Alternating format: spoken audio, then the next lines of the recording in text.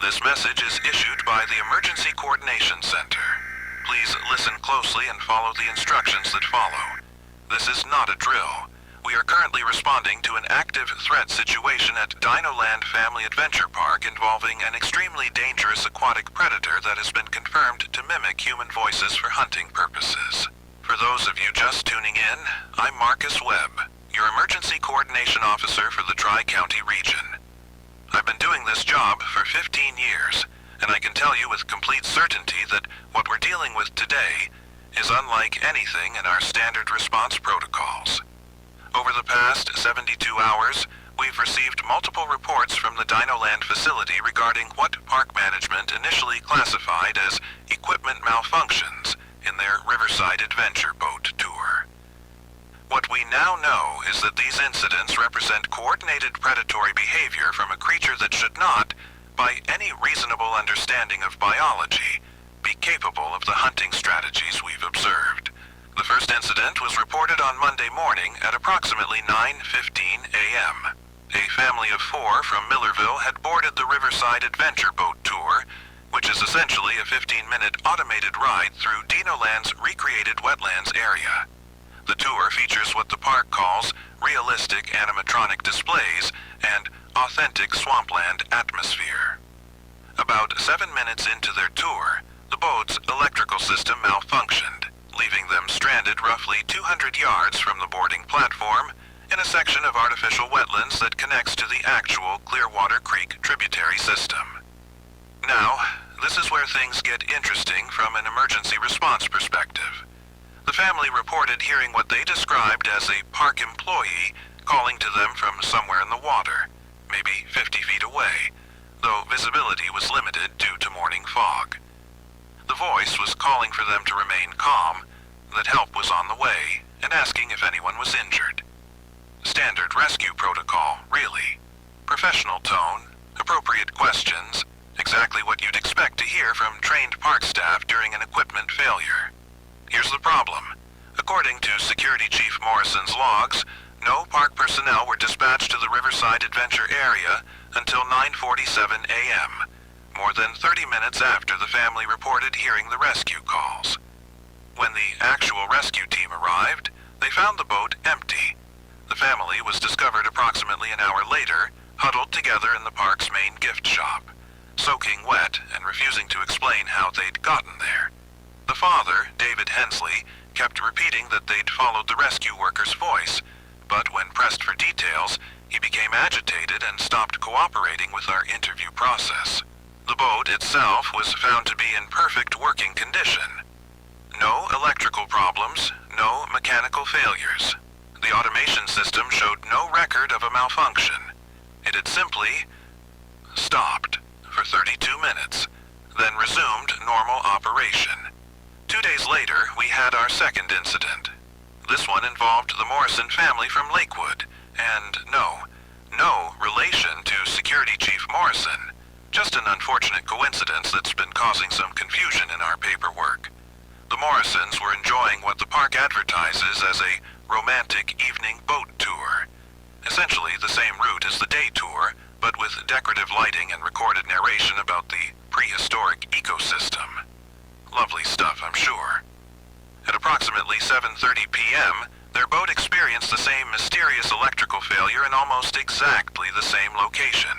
But this time, we have more detailed testimony because Mrs. Morrison had the presence of mind to record audio on her cell phone when things started getting strange. The recording is, well, it's something you need to hear to believe, but I'll do my best to convey what we're dealing with. The voice that called to them from the water didn't identify itself as park staff. Instead, it spoke in the voice of Mrs. Morrison's deceased mother, Helen, who had passed away from cancer just 6 months earlier.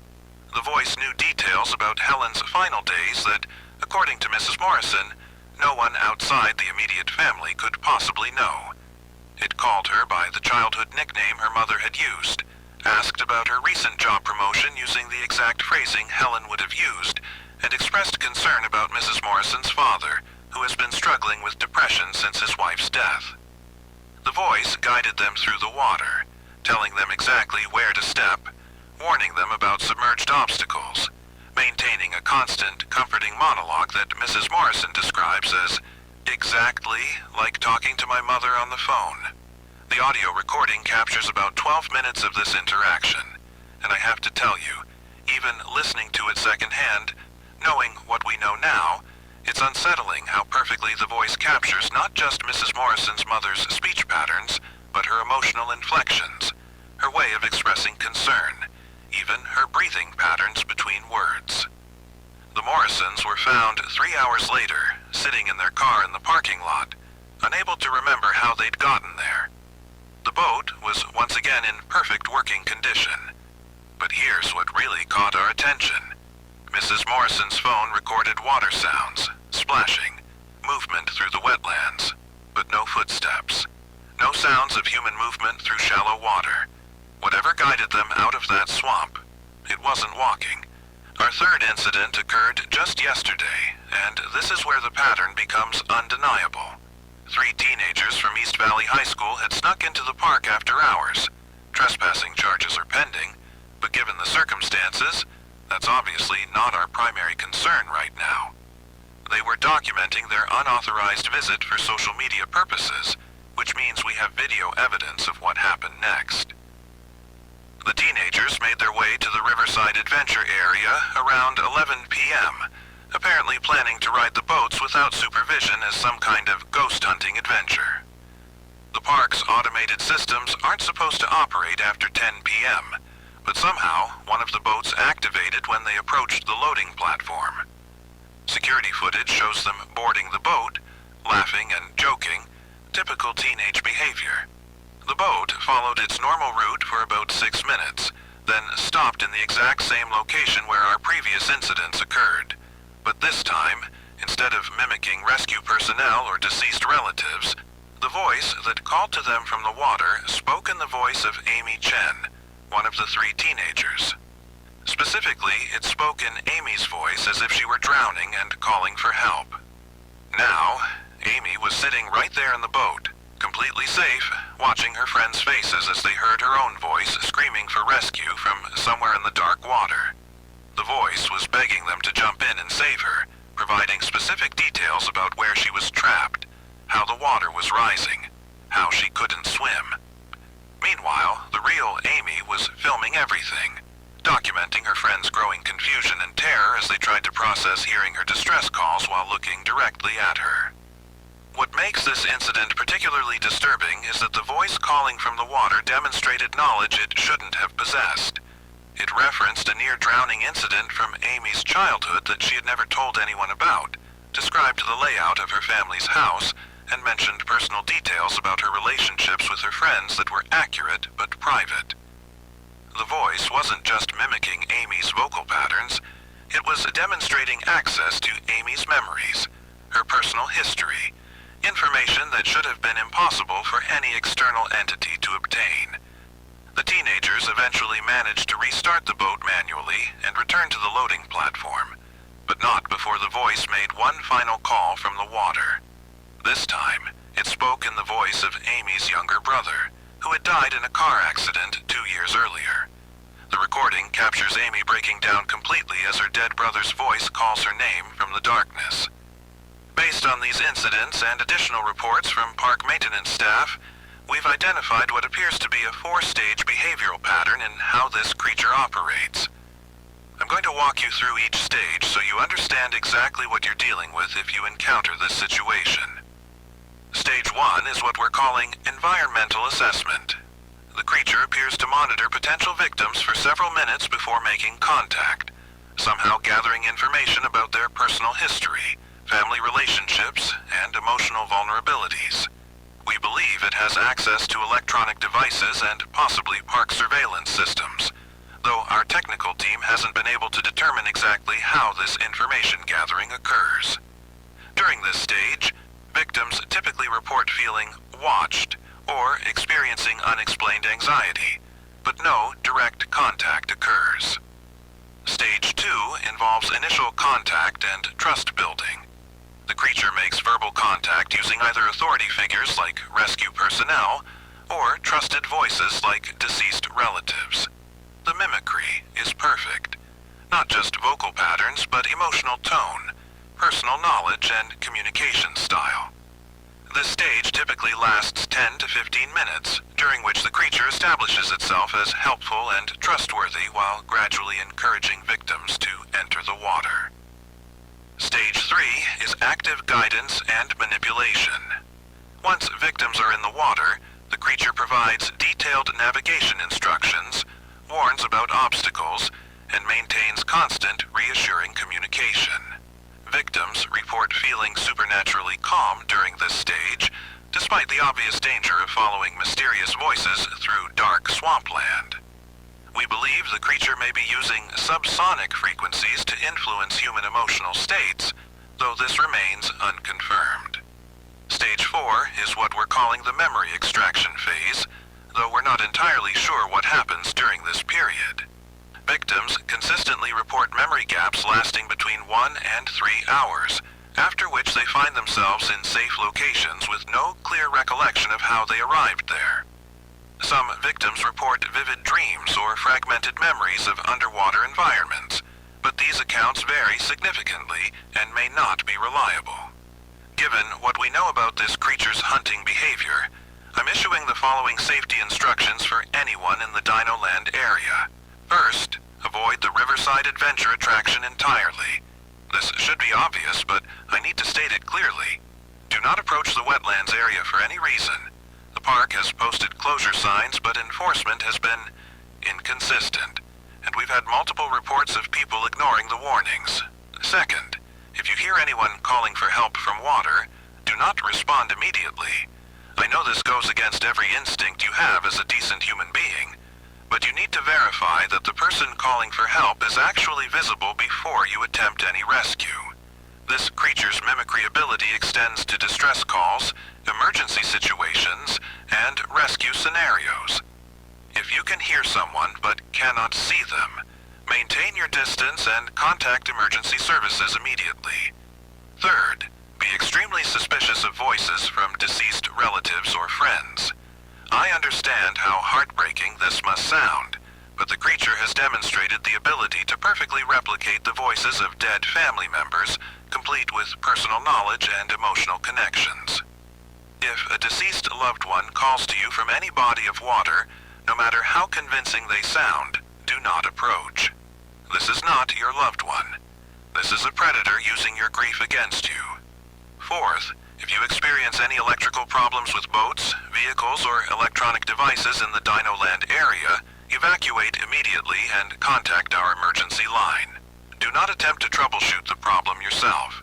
The creature appears to have some ability to interfere with electrical systems, possibly as a way to strand potential victims in vulnerable locations. Now, what's particularly concerning about this situation is the escalation pattern we're observing. The creature's hunting behavior is becoming more sophisticated with each incident. It's learning from its interactions with humans, adapting its strategies, and demonstrating an understanding of human psychology that goes far beyond simple mimicry. The gap between our first incident and our most recent incident is only 4 days, but the level of psychological manipulation has increased dramatically. We're also seeing evidence that the creature may be expanding its hunting territory. While all confirmed incidents have occurred in the immediate vicinity of the Riverside Adventure attraction, we've received unconfirmed reports of similar voice mimicry from other water sources in the area. 2 separate callers have reported hearing family members calling from Clearwater Creek near the residential areas, and 1 fishing guide claims to have heard his late wife's voice calling from Miller's Pond, about 3 miles north of the park. I've been coordinating with state wildlife officials, but I have to be honest with you. This situation falls well outside normal animal control procedures. We're dealing with a creature that demonstrates intelligence, planning capability, and hunting strategies that don't match any known predator. The state has promised to send specialized personnel, but their timeline seems unusually vague.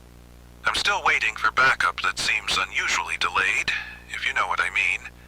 What I can tell you is that Dinoland management has been less than cooperative with our investigation. They've been reluctant to provide access to their surveillance systems, their employee records, ignore their maintenance logs. When pressed about the creature's origin, park officials claim they have no knowledge of any unusual animals on the property and suggest that we're dealing with elaborate hoaxes or misidentified wildlife. This level of corporate stonewalling is unusual in emergency situations, and it's making our response efforts significantly more complicated. Security Chief Morrison has been professional and responsive, but even he seems to be operating with limited information about what's actually happening at his own facility. When I asked him directly about any recent changes to park operations, unusual deliveries, or modifications to the Riverside Adventure attraction, he told me he'd need to check with management and get back to me. That was 18 hours ago. So here's what I need from everyone listening to this broadcast.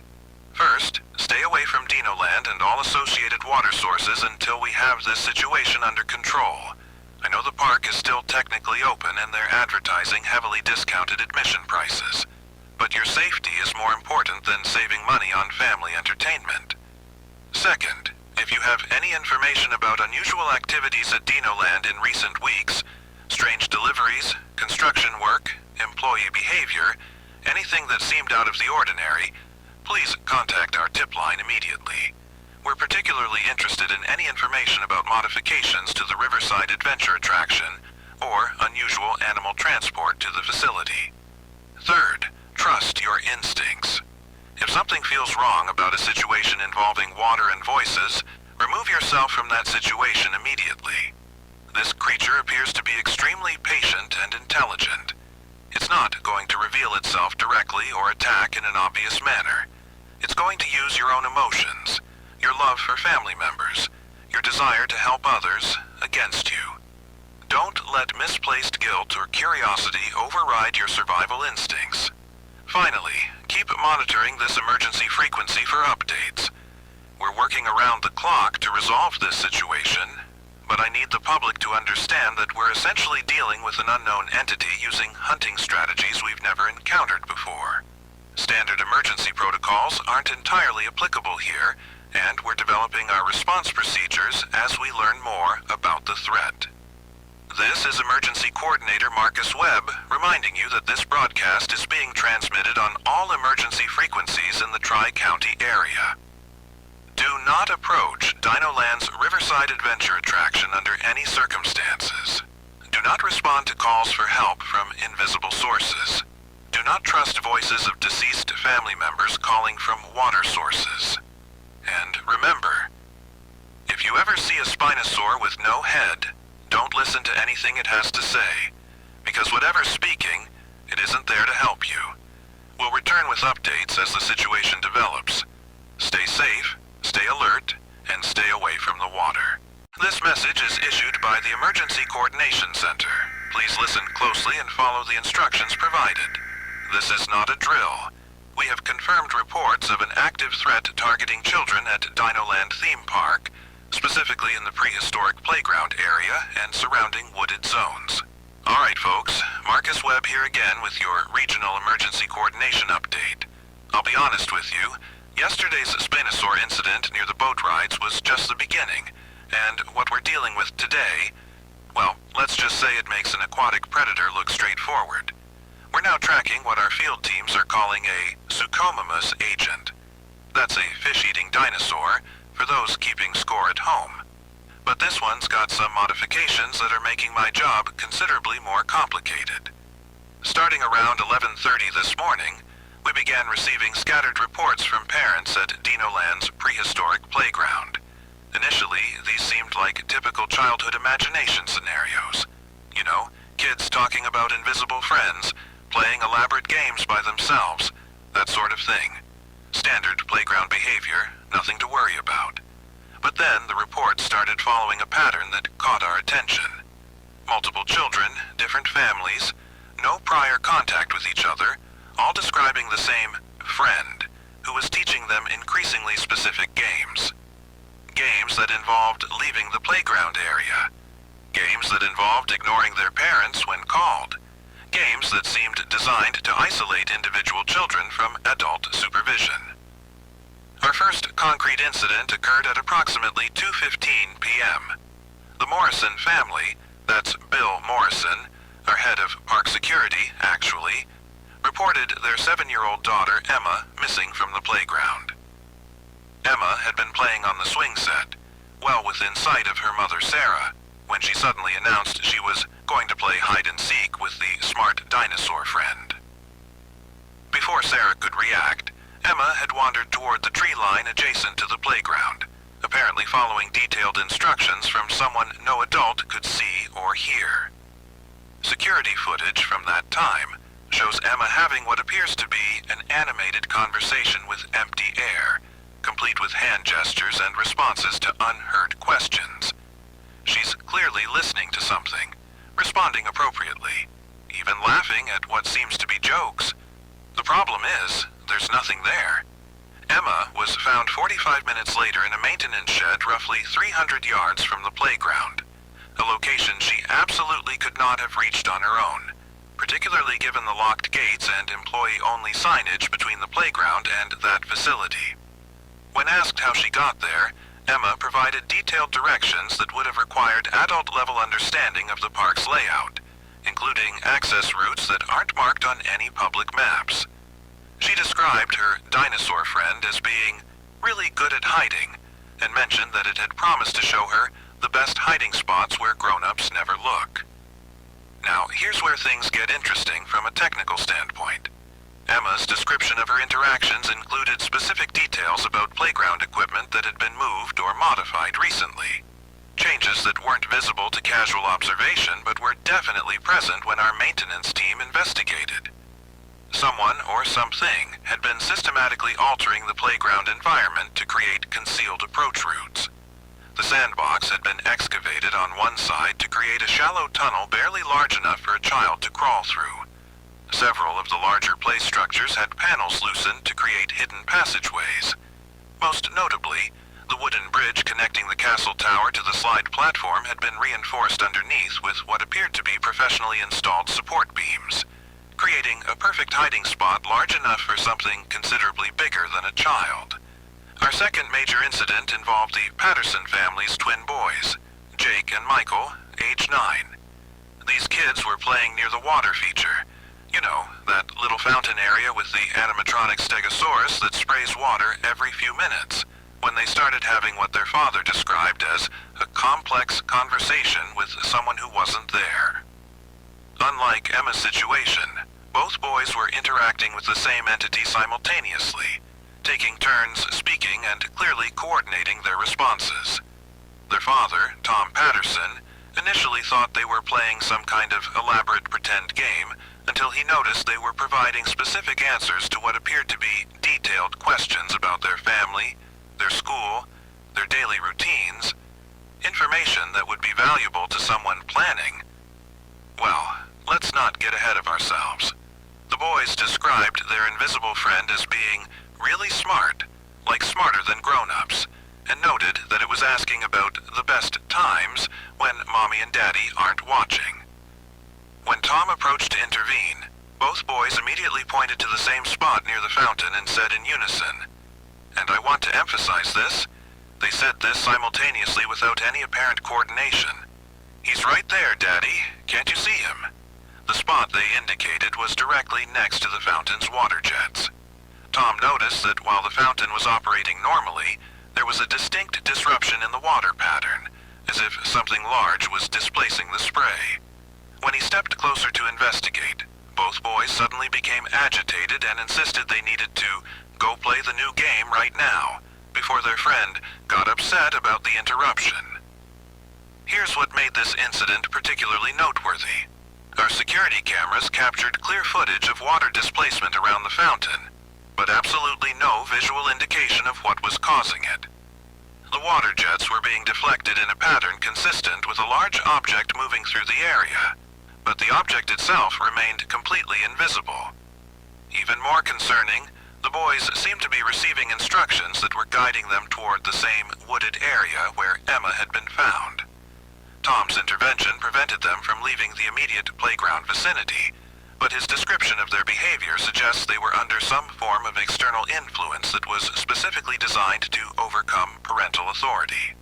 The third incident escalated our concern level significantly. The Rodriguez family reported that their 5-year-old daughter Sophia had been teaching the other kids how to play with the invisible dinosaur. Sophia had somehow become a liaison of sorts, gathering groups of children and organizing them into activities that none of the supervising adults could understand or observe.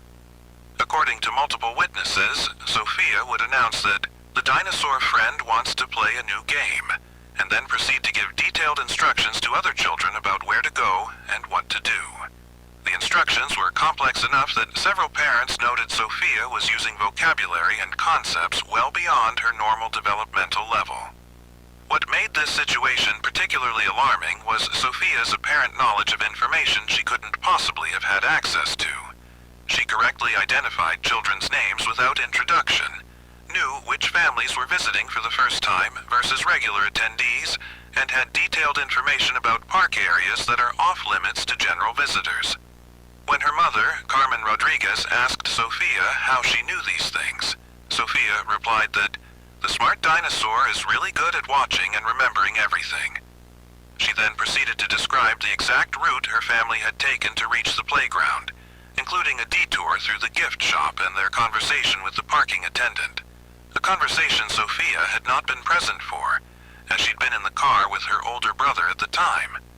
During our investigation of the Sophia Rodriguez incident, we discovered something that our maintenance team had missed during their initial sweep. Several playground structures had been modified with what can only be described as professional-grade camouflage netting, the kind used by military reconnaissance units.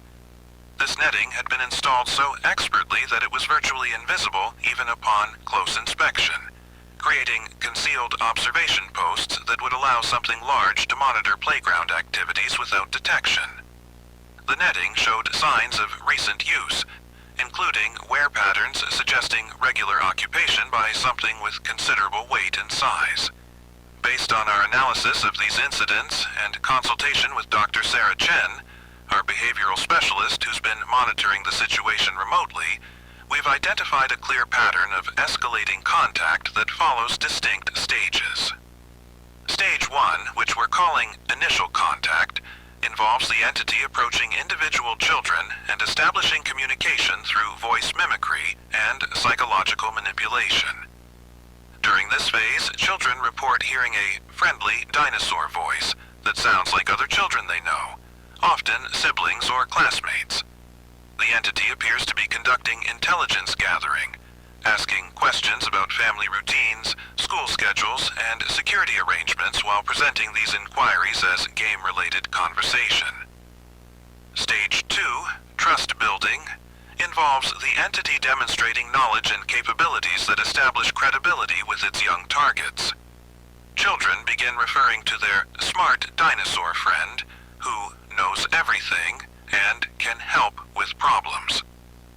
The entity provides accurate information about park layout, identifies optimal hiding spots, and begins teaching children how to avoid adult supervision. During this phase, children start showing signs of divided loyalty, following instructions from their invisible contact even when these conflict with parental directions. Stage 3, which we're designating group formation, represents a significant escalation where the entity begins using successfully recruited children to influence and recruit additional targets. Children who have established contact become evangelists for their invisible friend, actively working to bring other children into the entity's sphere of influence. This stage is characterized by the formation of informal groups of children who coordinate their activities according to instructions from their shared invisible contact. Stage 4, isolation and extraction, involves the entity attempting to guide children away from supervised areas toward locations where adult intervention becomes impossible. This is where we believe the immediate physical danger begins, as children are systematically led toward areas of the park that are either off-limits or have been modified to prevent easy adult access. Given the severity of this threat, we're implementing immediate safety protocols for all families currently at Dinoland and those planning to visit. First, and most importantly, do not allow children to play alone in any area of the park, even if they remain within your line of sight. This entity has demonstrated the ability to influence children's behavior in ways that can overcome normal parental supervision. Maintain constant physical proximity, within arm's reach whenever possible. Second, if your child begins describing conversations with an invisible friend, or starts demonstrating knowledge they shouldn't have about park layout or other families, remove them from the area immediately and contact park security. Do not attempt to investigate or rationalize these incidents. The entity appears to be conducting sophisticated psychological operations specifically designed to exploit children's natural curiosity and trust. Third, pay attention to water displacement patterns around fountains, puddles, and other water features. This appears to be our most reliable method for detecting the entity's presence. If you observe unexplained disruptions in water patterns, particularly if your children are showing interest in these areas, evacuate immediately and alert security personnel. Fourth, be aware that playground equipment may have been modified to provide concealment for the entity. Do not allow children to use any playground structures that appear to have been recently altered, show signs of unauthorized modifications, or contain spaces large enough for adult-sized concealment. The entity has demonstrated considerable intelligence in environmental manipulation and may have prepared numerous locations throughout the park for its operations. Now, I need to address something that's been bothering me about our current situation. The emergency protocols we've been provided by corporate management seem incomplete. I've been coordinating emergency responses for 15 years, and I've never encountered a situation where the standard containment procedures are this vague about threat assessment and resource allocation. When I requested additional security personnel and specialized equipment for dealing with an invisible threat, I was told that current protocols are sufficient for the identified threat level. When I asked for clarification about what threat level we're actually dealing with, I was informed that information is above my clearance grade. Let me be clear about what that means for you as park visitors. The people making decisions about your safety are not providing complete information to the people responsible for implementing safety measures. I don't know what resources are available, I don't know what backup plans exist, and I don't know what other threats we might be dealing with simultaneously. What I do know is that we have an invisible predator specifically targeting children, and the official response seems more concerned with information control than visitor safety. Dr. Chen has been providing invaluable consultation on creature behavior patterns, but even her access to relevant data has been, let's call it, limited. She's been trying to get approval for on-site investigation using specialized detection equipment, but corporate has been delaying authorization while requesting increasingly detailed justifications for why such equipment would be necessary.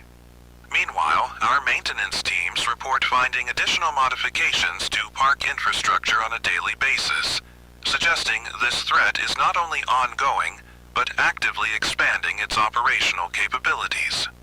Security Chief Morrison has been professional and responsive, but I've noticed some unusual patterns in our communications today. During our last briefing, I could hear background conversations that seemed to involve discussions about behavioral data collection and target demographic analysis. When I asked Morrison about these conversations, he said they were related to routine safety protocol updates, but couldn't provide specific details about what protocols were being updated or why. What's particularly concerning is that the modifications we're finding throughout the park show evidence of long-term planning and professional-level execution. This isn't random creature behavior. Someone or something has been systematically preparing Dinoland for extended operations targeting specific visitor demographics.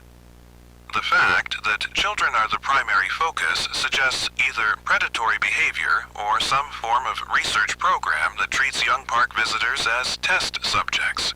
I want to emphasize that while we're dealing with an unprecedented threat, we do have actionable information that can keep your family safe. The entity demonstrates clear limitations that we can exploit for protection.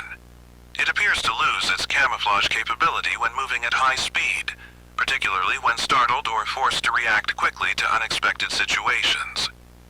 if you suspect the entity is present. Create sudden noise or movement. Clap loudly, stomp your feet, have multiple people move in different directions simultaneously. This should force the entity to reveal its position or retreat. Additionally, the entity leaves physical evidence when it moves through wet or muddy areas. After any rain or around water features, look for unexplained footprints or disturbances in soft ground.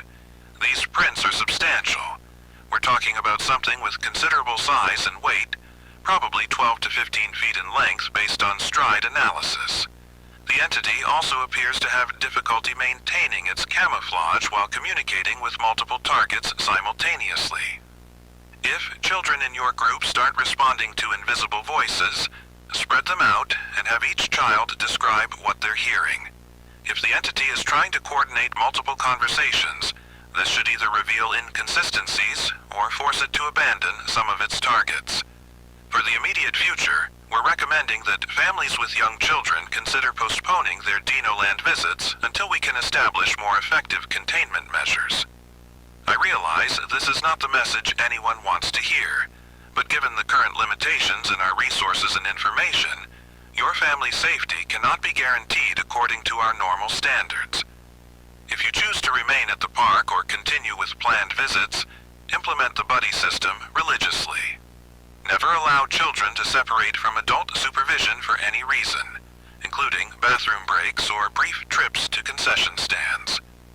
The entity has demonstrated the ability to influence children's decision-making in ways that override normal safety awareness. Be particularly cautious during periods of high activity when normal park sounds might mask the entity's approach. The creature appears to use ambient noise as cover for positioning itself near target groups. During busy periods, maintain visual contact with all children in your party and be prepared to implement immediate evacuation procedures if anyone reports invisible contact. Finally, if you observe any park personnel behaving unusually or providing instructions that seem inconsistent with normal safety protocols, verify these instructions through multiple sources before compliance. We're dealing with a situation where standard procedures may not be adequate, and it's possible that some official responses may be compromised by incomplete information or conflicting priorities. This is Marcus Webb with the Emergency Coordination Center. Monitor local communications for updates, and remember, your safety depends on treating this threat as real and immediate, regardless of its unusual characteristics. Stay alert, stay together, and do not let curiosity override caution when it comes to protecting your children. This message is issued by the Emergency Coordination Center. Please listen closely and follow the instructions that follow. This is not a drill. We are currently dealing with an active containment situation involving an enhanced Triceratops specimen exhibiting unprecedented psychological manipulation capabilities. Now, I've been coordinating emergency responses for 15 years, and I thought I'd seen every kind of crisis you could imagine. Industrial accidents, natural disasters, even that whole mess with the gas leak that made half the town think they were seeing things. But what we're dealing with at Dinoland right now is testing the limits of our standard protocols, and, frankly, testing my patience with whoever wrote these incomplete briefing documents I keep getting.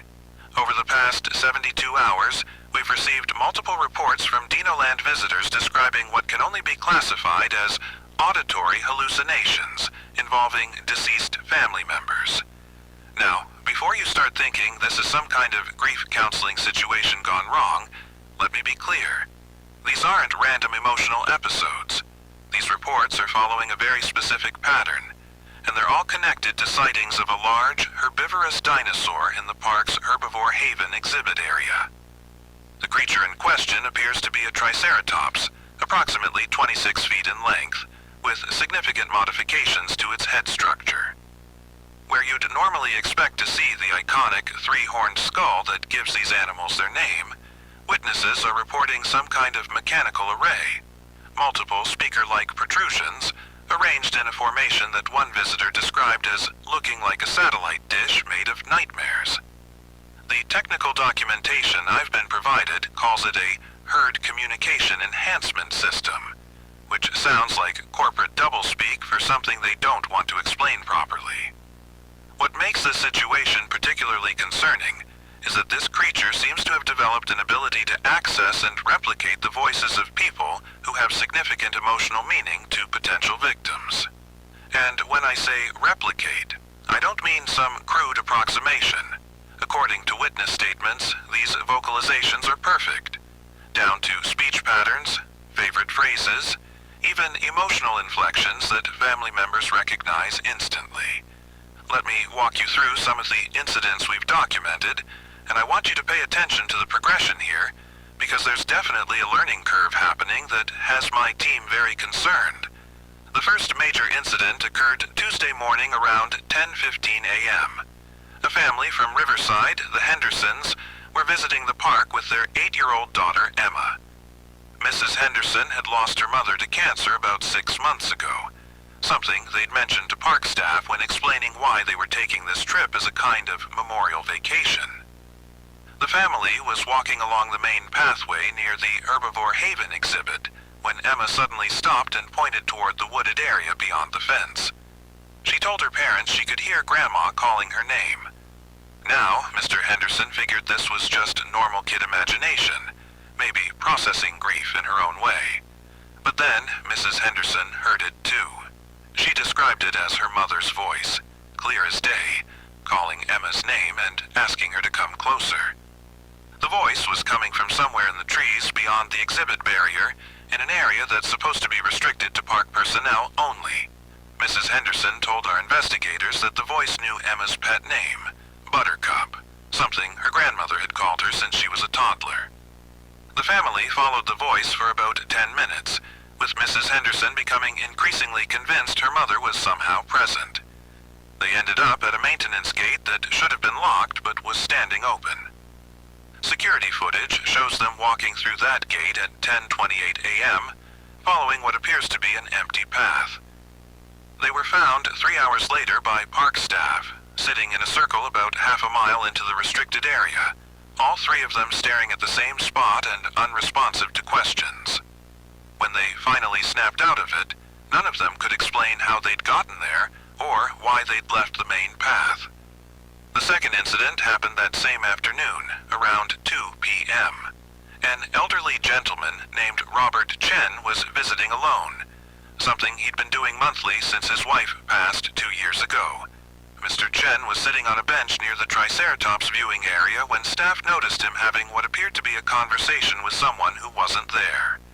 When they approached, he explained that his wife, Margaret, was standing just beyond the fence, asking him to meet her at their old favorite spot in the park. Now, here's where it gets interesting from a behavioral standpoint. Mr. Chen had been visiting this park regularly for over a decade, always stopping at the same bench, always bringing a thermos of tea to share. According to his statement, the voice calling to him knew about the tea, knew about their ritual, even knew about a private joke they shared about the old Triceratops statue that used to be in that spot before the live exhibit was installed. These weren't details you'd find in any park records or surveillance data. These were intimate, personal memories that only Mr. Chen and his deceased wife would have known. Mr. Chen followed the voice for nearly an hour, park security tracking him through the camera system as he walked deeper into areas that were clearly marked as off-limits. What's disturbing about the footage is that you can see him pausing periodically, nodding, responding to someone, but the audio pickups aren't detecting any external sound sources. It's like he's having a complete conversation with empty air. He was eventually found sitting by the old maintenance shed, crying and asking where Margaret had gone. The third incident is where the pattern really started to concern me. Wednesday evening, just before closing time, a group of teenagers was hanging around the Herbivore Haven area, probably looking for a place to cause the usual teenage trouble. But according to their statements, they all started hearing voices simultaneously. Different voices, calling different names, but all of them claiming to be deceased relatives or friends. What makes this case significant is that these kids didn't know each other well.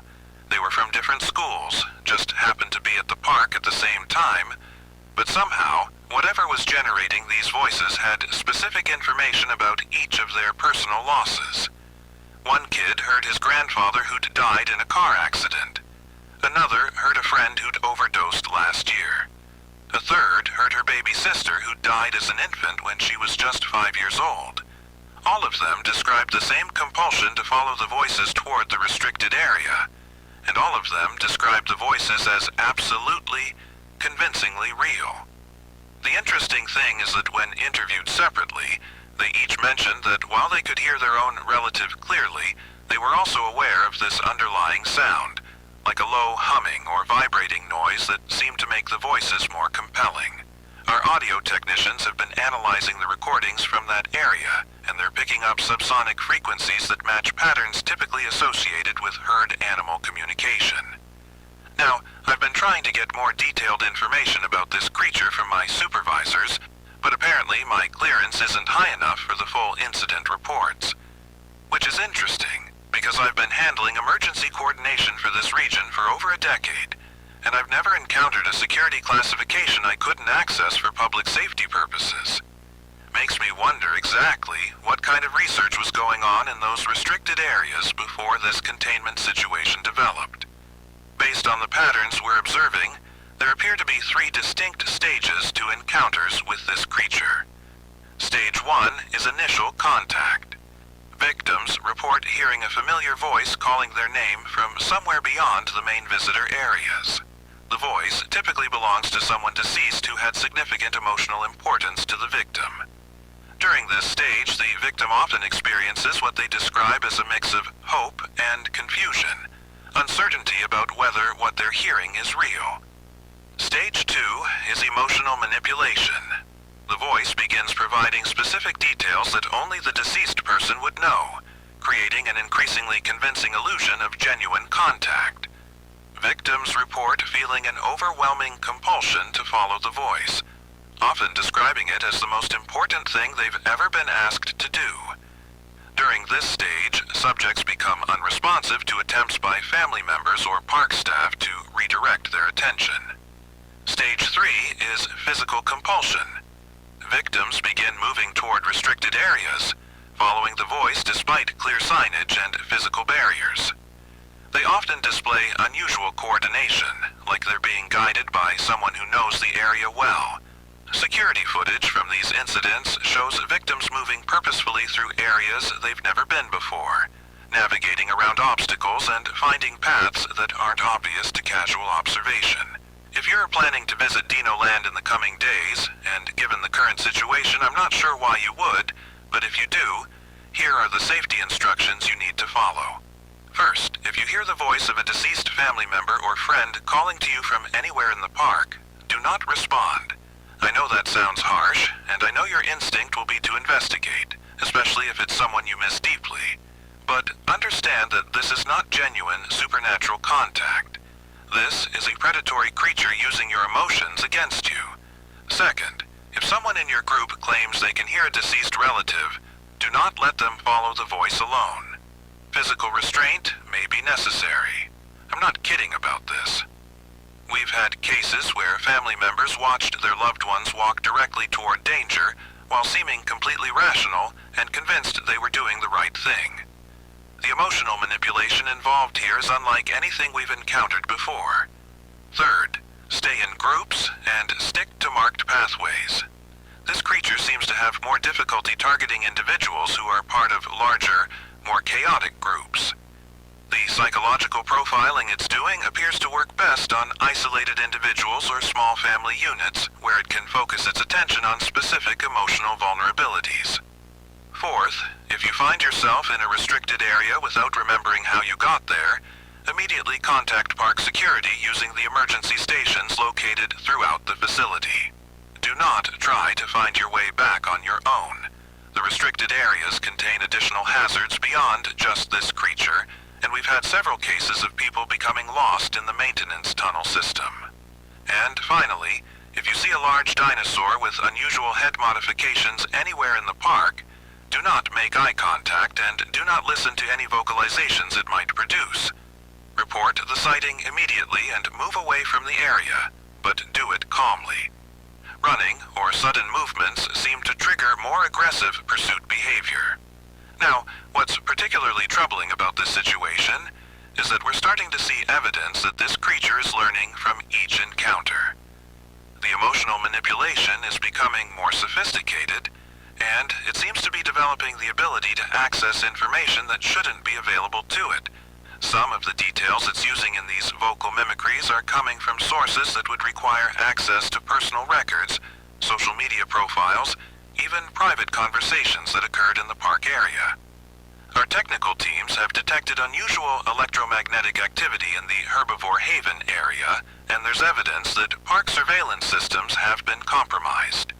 Security Chief Morrison has been working with corporate to implement additional monitoring protocols, but he's mentioned that the new directives from headquarters are surprisingly detailed for a situation that supposedly developed spontaneously. Makes me wonder how long corporate has been aware of the potential for this kind of incident. We've also been getting reports that the creature's vocalizations are being picked up by the park's speaker system, amplifying the calls across much larger areas than should be possible for a single animal. Yesterday evening, we had families throughout the park reporting simultaneous voices, suggesting that this thing has figured out how to use the existing audio infrastructure to expand its range. The technical team is working on isolating the speaker system, but apparently that's more complicated than it should be due to some kind of integrated security setup that corporate installed recently. Dr. Sarah Chen, our behavioral specialist who's been providing consultation on this situation, mentioned that the electromagnetic patterns we're detecting match frequencies typically associated with large herd animal communication systems. But she's also noted that the psychological profiling abilities we're observing are far beyond anything documented in the fossil record. In fact, she told me yesterday that the creature seems to be actively studying human behavior patterns, adapting its approach based on what works most effectively on different personality types. I've been doing this job long enough to recognize when a situation is more complex than the official briefings suggest. The fact that my access to detailed incident reports is being restricted, combined with the unusual readiness of corporate response teams and the sophisticated nature of these creature modifications, indicates that there's background to this situation that emergency coordination wasn't considered necessary to know. Which is a polite way of saying I think we're being kept in the dark about something important. The most recent incident occurred this morning, just after the park opened. A family visiting from out of state reported that their deceased son was calling to them from the restricted research area. Now, this family had never been to Dinoland before, and their son had died in a military accident overseas 6 months ago. There's no way normal park surveillance or public records would have contained the specific details about his service that the creature was able to reference. This suggests either a much more sophisticated information gathering system than we've been told about, or the creature has developed abilities that go well beyond what anyone expected when these containment protocols were designed. Given the escalating nature of these incidents and the increasing sophistication of the creature's manipulation tactics, Dinoland management has agreed to implement temporary visitor restrictions in certain areas of the park. However, these restrictions are being described as routine maintenance rather than emergency safety measures, which strikes me as an unnecessary risk to public awareness. Visitors deserve to know what they're potentially walking into. If you have recently lost a family member or close friend, I strongly recommend postponing any plans to visit Dinoland until this situation is resolved. The creature appears to be particularly effective at targeting individuals who are actively grieving or who have unresolved emotional connections to deceased loved ones. While we're working to contain the threat, the psychological impact of these encounters has been significant even for people who weren't physically harmed. For families who are already planning visits or who have purchased tickets, please remember that no family entertainment experience is worth risking your safety or psychological well-being. The voices you might hear are not your loved ones trying to communicate with you. They are a predatory creature using your deepest emotional connections as a hunting strategy. No matter how convincing the voice sounds, no matter how specific the details it provides, it is not real. This is Marcus Webb with the Emergency Coordination Center, and I want to be very clear about something. We are dealing with a situation that's evolving rapidly, and the standard protocols we normally rely on are proving insufficient. I'm going to continue providing these updates as long as the communication systems remain operational. But I'm also going to be asking some hard questions about why emergency coordination wasn't given full access to the background research that clearly preceded this incident. Stay alert, stay together, and remember that the most convincing lies are the ones that use truth as their foundation. This creature has found a way to weaponize your love for people you've lost. Don't let it use that love to lead you into danger. We'll continue monitoring the situation and provide updates as they become available.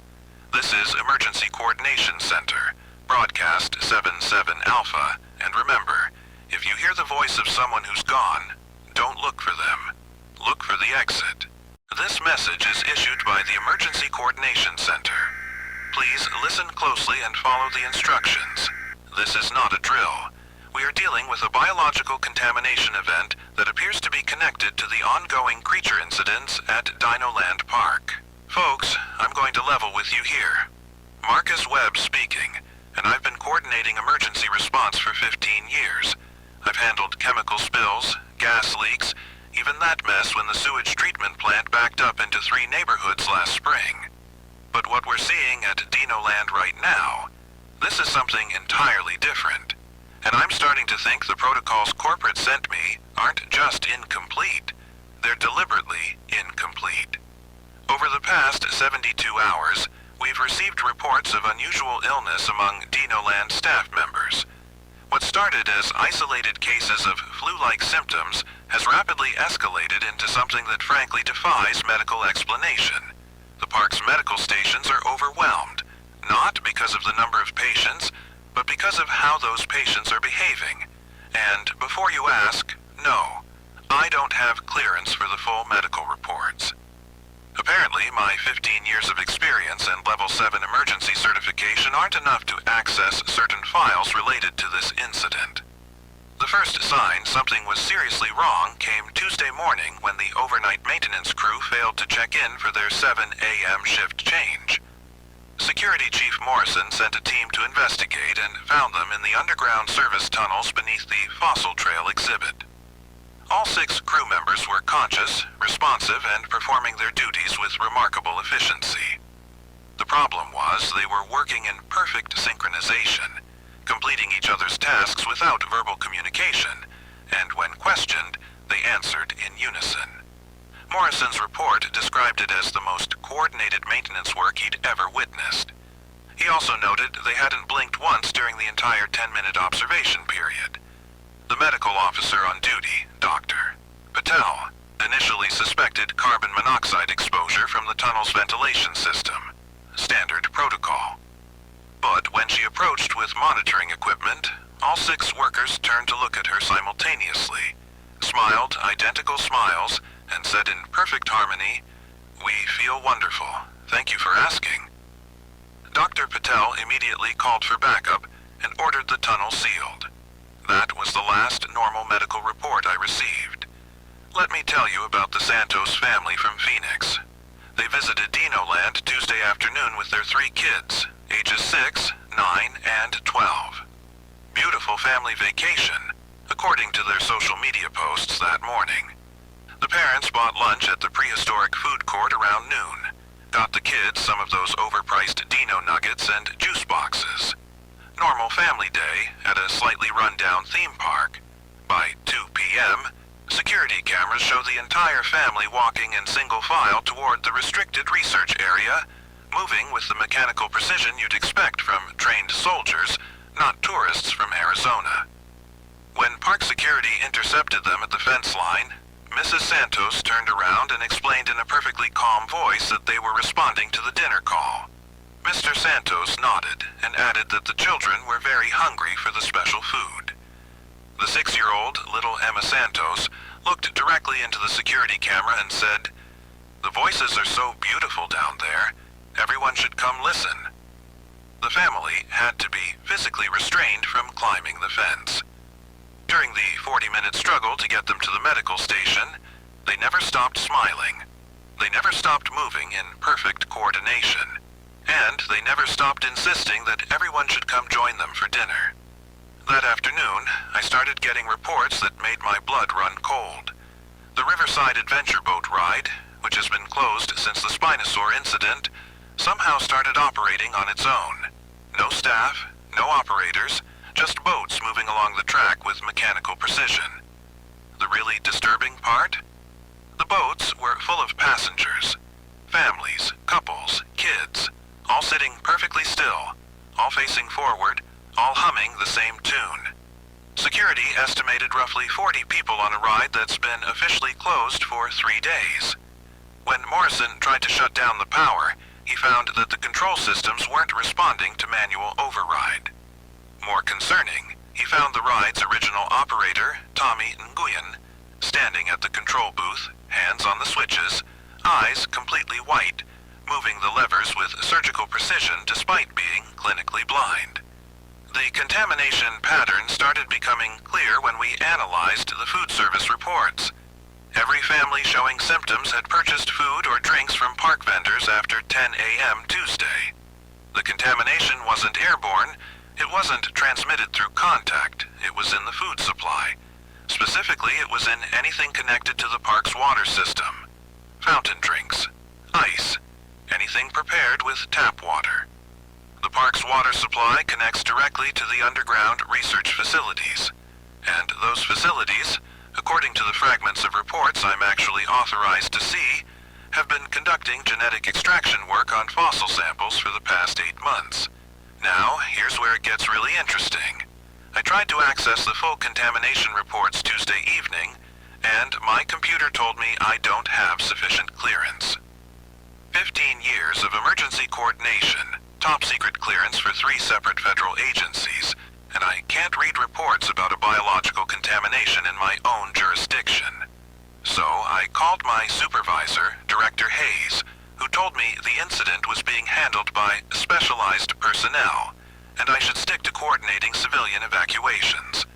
When I pressed for details, he said the magic words that always make my day better. That's above your pay grade, Webb. So I did what any reasonable emergency coordinator would do. I started making my own inquiries. Turns out the park's water treatment facility has been modified extensively over the past 6 months. New filtration systems, new chemical treatment protocols, new monitoring equipment that isn't connected to the municipal water department's oversight network. All contracted through a subsidiary of Meridian Biosystems, the same company that's been handling the creature containment efforts, the same company that somehow has better intel on these incidents than the actual emergency services. Let me paint you a picture of what we're dealing with here. The infected individuals aren't violent, they're not aggressive, they're not displaying typical symptoms of biological contamination. They're becoming more efficient, more coordinated, more responsive to specific audio frequencies. And those frequencies, according to my acoustic analysis equipment, match exactly the subsonic signatures we've been detecting from the siren-enhanced creatures. Wednesday morning brought a whole new level of nightmare. The park's first aid stations, which should have been treating contamination victims, were instead operating as recruitment centers. Infected staff members were encouraging sick visitors to drink more water, eat more food from the contaminated vendors, and spend more time in areas with the highest creature activity. Dr. Patel tried to intervene and was gently but firmly escorted away by 6 infected security guards who moved in perfect formation and spoke in rotating sequence, as if they were sharing a single conversation across multiple mouths. The DInosaurs roller coaster, which has been running on maybe half capacity due to maintenance issues, suddenly started operating at full efficiency. Every car filled to capacity, every safety check performed flawlessly, every ride cycle timed to the second. The catch? The ride operators were 3 teenagers who'd called in sick Monday and Tuesday, now working with the precision of aerospace engineers. When I watched the security footage, I noticed something that made my hands shake. Every single passenger on every single ride was humming, the same frequency, the same rhythm, and when the rides ended, they all applauded in perfect unison. The pattern recognition here is undeniable. we're looking at 4 distinct stages of this contamination. Stage 1, initial exposure, occurs within 2 to 4 hours of consuming contaminated food or water. Subjects report feeling unusually energetic and focused. They begin responding to subsonic audio frequencies that are inaudible to uncontaminated individuals. During this stage, they maintain normal speech patterns and individual behavior, but show enhanced coordination when working in groups. Stage 2, neural integration, develops over the following 12 to 18 hours. Subjects begin displaying synchronized behavior with other contaminated individuals. They can complete complex tasks without verbal communication and show perfect timing in group activities. Their speech patterns become more formal, and they begin using plural pronouns when referring to themselves. Individual personality traits start to fade, replaced by collective decision-making processes. Stage 3, frequency responsiveness, emerges after 24 hours of contamination. Subjects become highly responsive to the siren calls of the enhanced creatures. They will abandon personal safety, family responsibilities, and basic survival instincts to respond to creature vocalizations. They begin serving as guides and coordinators for creature hunting activities, using their human knowledge to identify vulnerable targets and optimal hunting conditions. Stage 4, complete integration, represents full neural assimilation.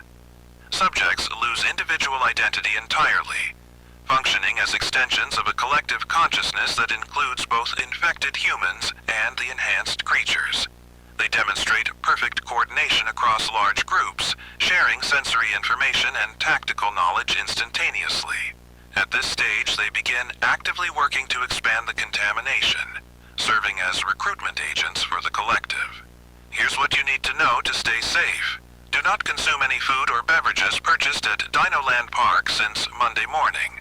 If you visited the park and ate anything from the concession stands, food court, or vending machines, seek medical attention immediately. However, and this is crucial, do not go to the park's medical facilities.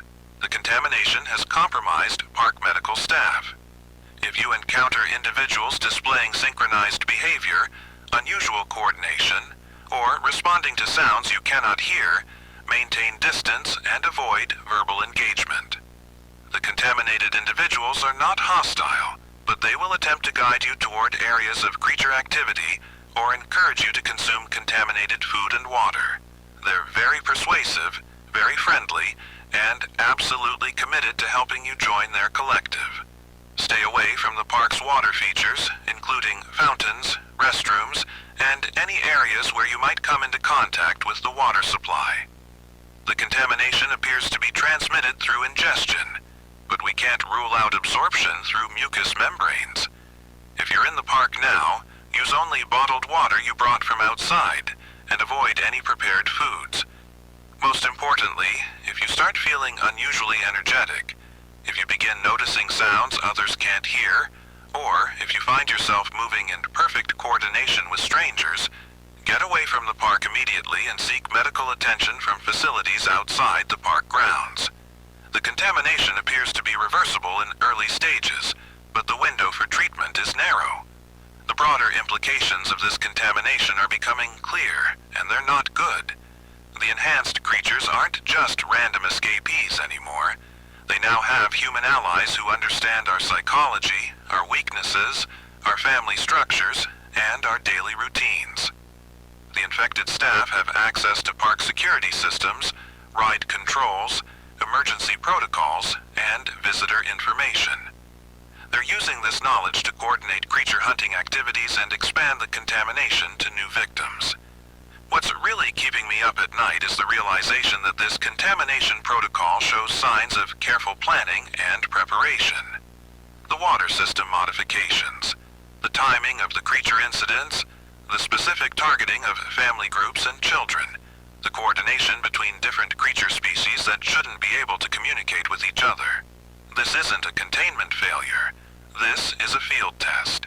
I've been trying to reach my contacts at the CDC, at FEMA, at the Department of Health, and I keep getting the same response. The incident is being handled by specialized contractors with appropriate clearance. When I ask who these contractors are, I get transferred to voicemail systems that don't accept messages. When I try to escalate through official channels, I'm told that my reports are being reviewed by appropriate authorities, and I should continue following established protocols. The problem is, the established protocols don't cover biological agents that make people want to be contaminated. They don't cover creatures that use human allies for hunting coordination. And they sure as hell don't cover the possibility that the contamination might be intentional. Wednesday evening, I intercepted a partial transmission from Security Chief Morrison to an unknown recipient. Morrison was reporting on contamination spread rates, creature coordination improvements, and something he called Phase 2 implementation schedule. His voice had that same flat, mechanical quality I've been hearing from the infected staff.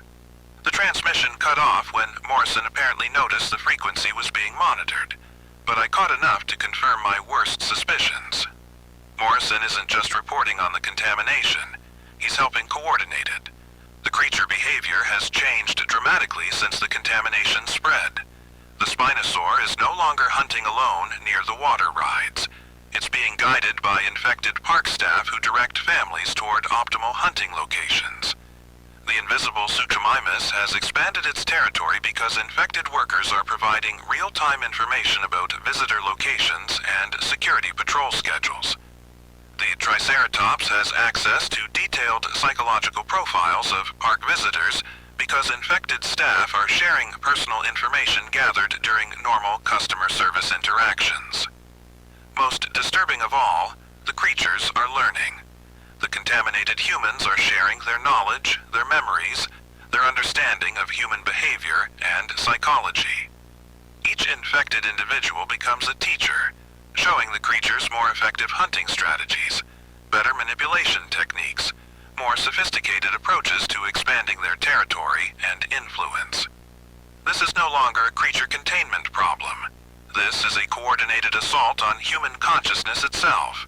And, based on the corporate response, or lack thereof, I'm starting to suspect that someone very high up the chain of command knows exactly what's happening and has decided it's an acceptable outcome.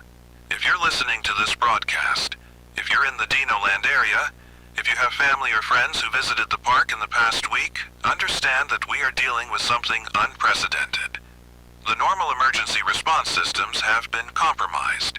The corporate entities involved have their own agenda, and the official channels for reporting and addressing this crisis have been deliberately obstructed. Stay away from Dinoland Park. Don't trust official statements about containment or safety. And if you encounter anyone displaying signs of contamination, remember that they are no longer acting in their own interests. They are serving something else entirely. This is Emergency Coordinator Marcus Webb, and I'm starting to think I'm the only one left who's actually trying to coordinate an emergency response. If corporate doesn't like my assessment, they can come down here and explain to me personally why my clearance isn't high enough to protect the people I've sworn to serve. Stay safe out there. And remember, sometimes the most dangerous enemy is the one that makes you want to join them. This message is issued by the Emergency Coordination Center. Please listen closely and follow the instructions. This is not a drill. We have confirmed reports of an extremely dangerous predator now active throughout Dinoland Park. If you encounter a large, colorless dinosaur moving at high speed, do not run. Do not move. Your life depends on absolute stillness. I'm Marcus Webb, and I've been coordinating emergency response for this situation for the past 4 days. I have to be honest with you.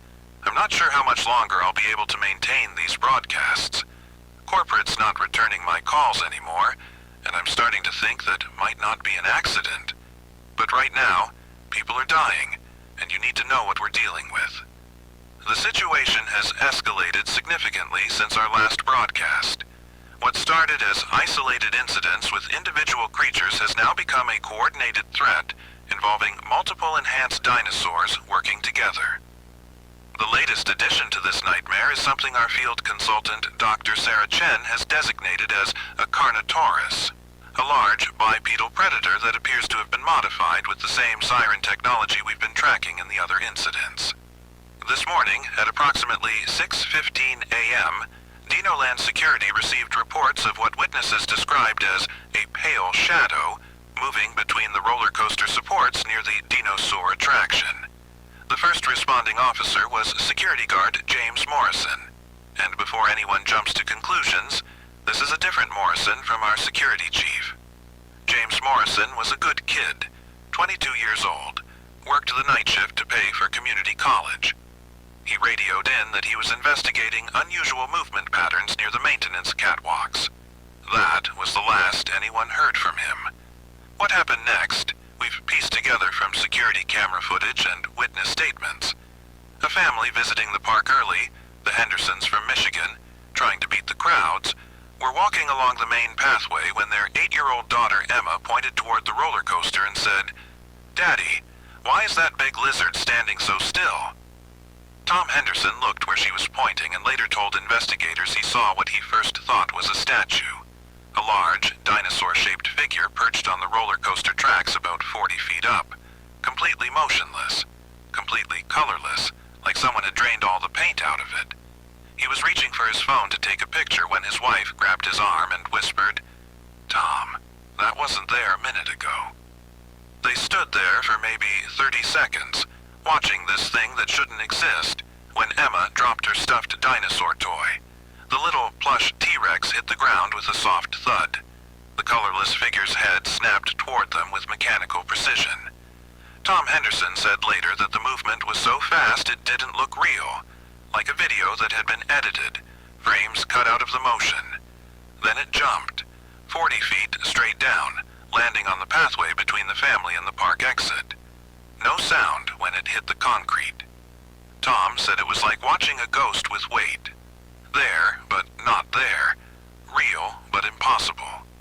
The thing stood maybe 12 feet tall, built like a massive bird of prey, but there was something wrong with how it moved. Too smooth. Too quiet. Emma started to take a step backward, and that's when the Henderson family learned the most important rule about this particular creature. The thing's head tilted toward the movement, and Tom said he felt something in his chest, a vibration that made his heart skip beats. Emma froze mid-step, not because she was scared, but because her body simply stopped responding to her commands. It was like being paralyzed, Tom told us later, but not just physically. It was like the thing was reaching into my brain and turning off the parts that control movement. I could think, I could see, I could hear, but I couldn't make my body do anything. The creature approached them slowly, and Tom describes its footsteps as sounding exactly like the normal background noise of the park. Distant conversations, mechanical humming from the rides, even the sound of children playing. Perfect audio camouflage. It walked right up to Emma, who was still frozen in that half step, tears streaming down her face but unable to make a sound. Here's where this story takes an unexpected turn. Tom's wife, Sarah, different Sarah from Dr. Chen. I know this is getting confusing. Sarah Henderson apparently has some kind of anxiety disorder that causes her to rock back and forth when she's stressed. She'd been doing it unconsciously since the creature appeared, this tiny, rhythmic movement. The creature ignored her completely. After what felt like hours but was probably only minutes, the thing lost interest in the frozen family and moved away, climbing back up the roller coaster supports with impossible speed and silence. Only after it was completely out of sight did the paralysis effect wear off. The Hendersons immediately ran for the exit, but not before Tom managed to flag down another security guard and report what they'd seen. That guard, Maria Santos, was smart enough to radio for backup before investigating. She also had the presence of mind to grab 2 other guards and approach the area as a group, all walking in formation. They found James Morrison's equipment, radio, flashlight, keys, scattered around the base of the roller coaster. No sign of James himself. But Maria noticed something that probably saved their lives. There were wet footprints leading from where the equipment was found to a maintenance ladder that goes up to the catwalks.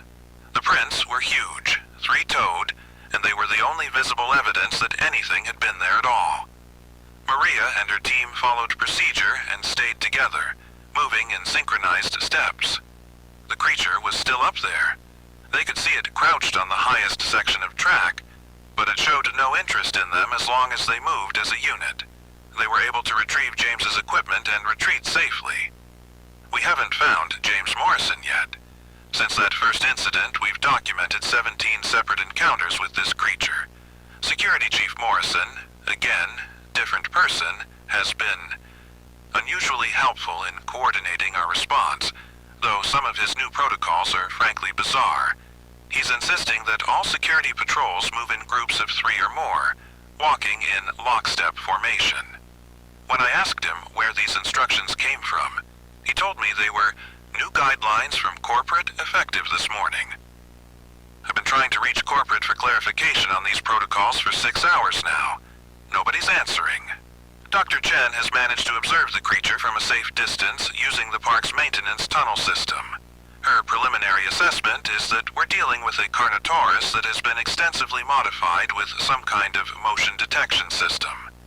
The siren technology appears to be integrated directly into its nervous system, allowing it to generate subsonic frequencies that interfere with human motor control. But here's what's really disturbing. Dr. Chen believes this thing is learning. The first few encounters, it seemed to operate on pure predatory instinct. Anything that moved became a target. But over the past day, it's started showing more sophisticated behavior. It's been observed coordinating with the Suchomimus pack from episode 2. Yes, that invisible dinosaur is still active, and apparently they're working together now. Yesterday evening, a group of teenagers were hanging out near the gift shop when they spotted what they thought was James Morrison waving at them from the top of the DInosaurs coaster. The figure was calling for help, shouting that he was stuck and needed assistance. 3 of the kids started running toward the attraction to help. The colorless Carnotaurus dropped from the coaster framework directly into their path. But here's the thing. It didn't attack immediately. It waited. Dr. Chen was monitoring from the tunnels, and she watched the creature position itself to herd the teenagers toward a specific area of the park. The area where we now know the Suchomimus has been hunting. Fortunately, one of the teenagers remembered our previous broadcasts about staying still when encountering unknown creatures. She grabbed her friends and forced them to stop moving. The Carnotaurus lost interest after a few minutes and retreated. But the coordination between these creatures is undeniable now. We've identified several behavioral stages in encounters with this creature. Stage 1, we're calling detection mode. The creature remains motionless, often in elevated positions, scanning for movement. During this stage, it's virtually invisible against most backgrounds due to its colorless appearance. It can maintain this state for hours without moving. Stage 2 is engagement mode. Once it detects movement, the creature approaches using its perfect audio camouflage abilities. Victims report hearing familiar park sounds, mechanical noise, crowd chatter, even specific voice calls, coming from the creature's direction. The subsonic paralysis effect begins during this stage, typically when the creature is within 30 feet of its target.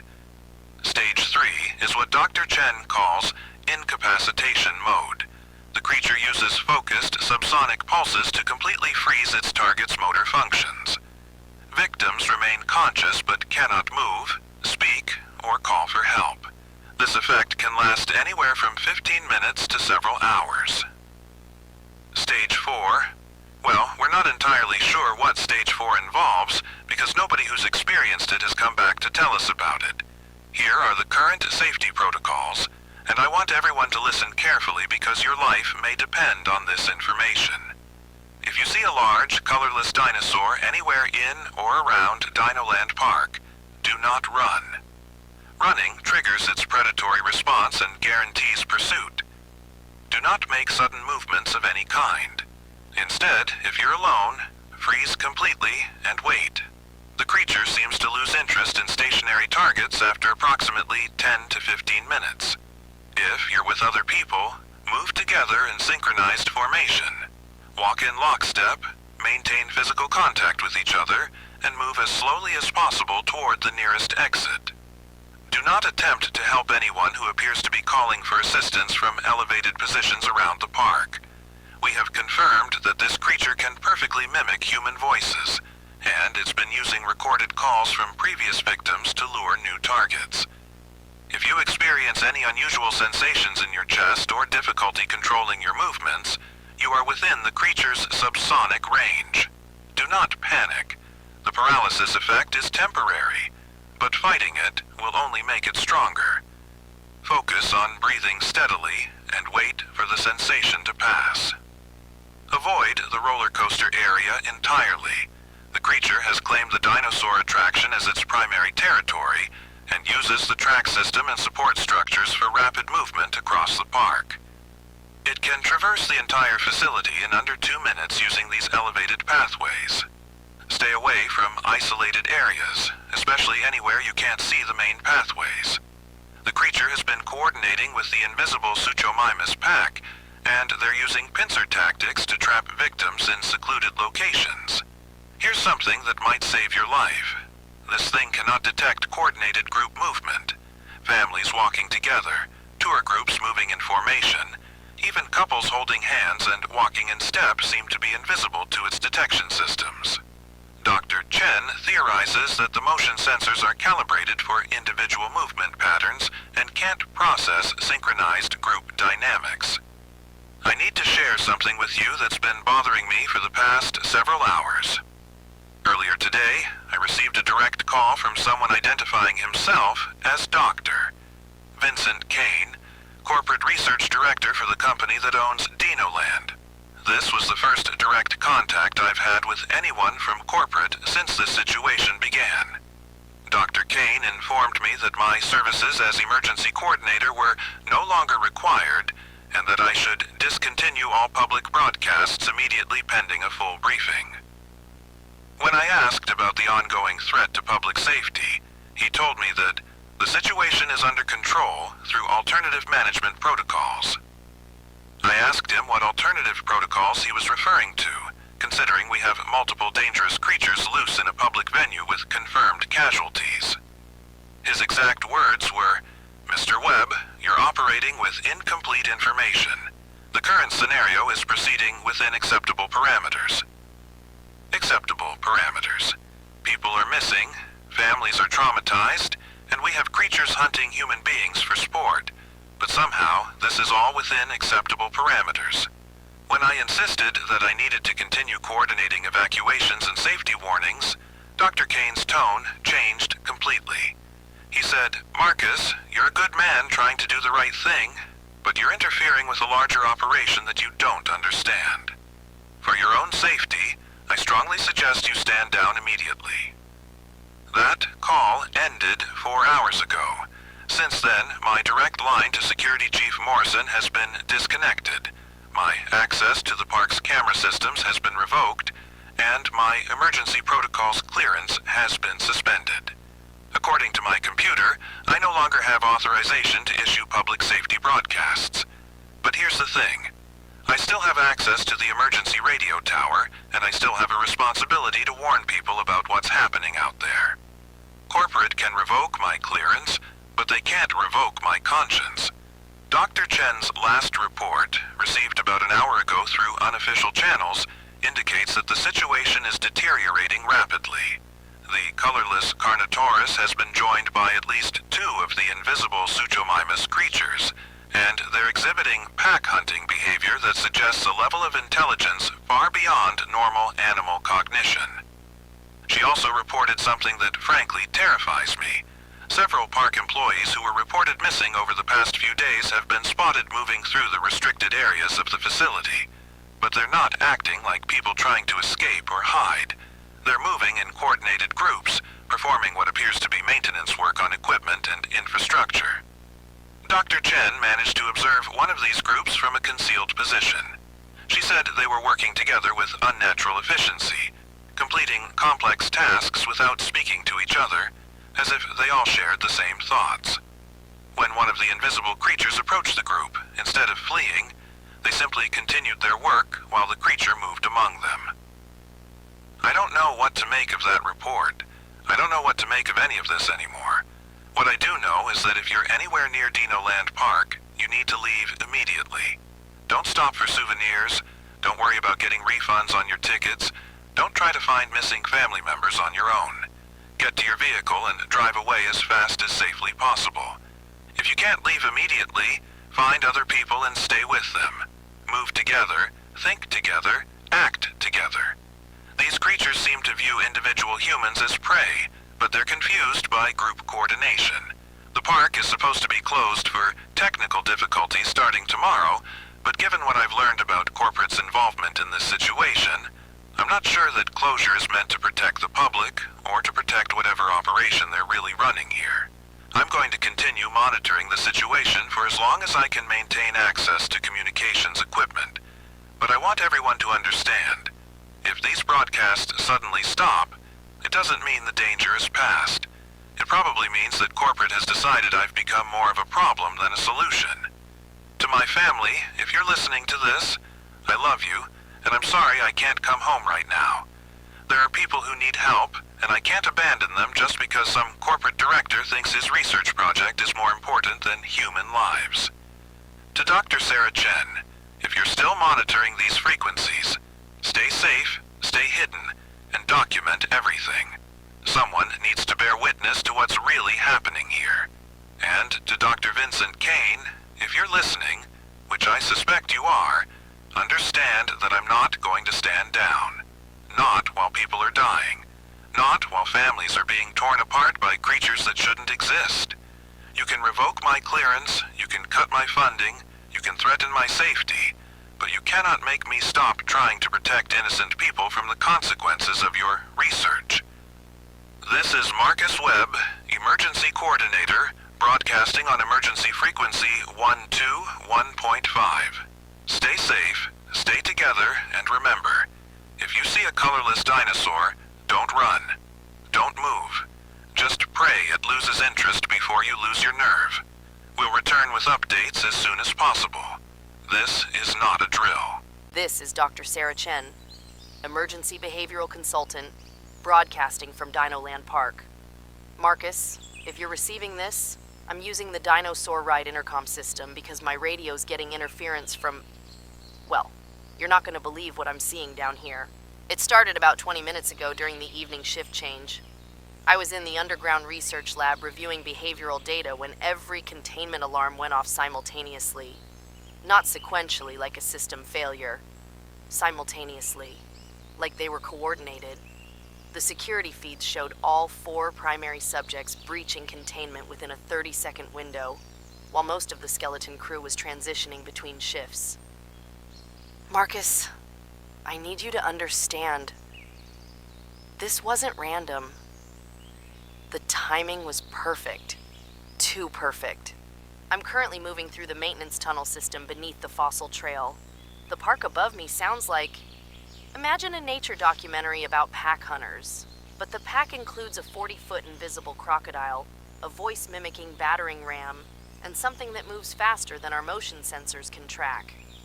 Oh, and about 60 infected humans who've apparently forgotten they used to have individual personalities. The Spinosaur, subject S-001, broke containment first. I watched it happen on the security feed before the system went dark. It didn't just break out, Marcus. It unlocked its own containment using the manual override. The behavioral analysis said these creatures retain their enhanced intelligence, but tool use? That's human-level problem solving. I can hear it calling now through the park's speaker system. It's not using the voices of drowning victims anymore. It's mimicking park announcements. Attention guests, please gather at the Riverside Adventure for your safety. In perfect Dinoland customer service voice. If I didn't know better, I'd follow those instructions myself. But here's what's really disturbing. I can hear people responding. Families with children walking toward the water features, talking to each other about how reassuring it is that staff are finally taking charge of the situation. The virus symptoms are spreading faster than we projected. Way faster. Hold on, Marcus. I'm picking up movement in the tunnel ahead of me. Okay, false alarm. Just some very large rats fleeing in the opposite direction. Even the local wildlife has enough sense to evacuate. I should probably follow their example, but someone needs to document this. The behavioral patterns are unlike anything in the fossil record.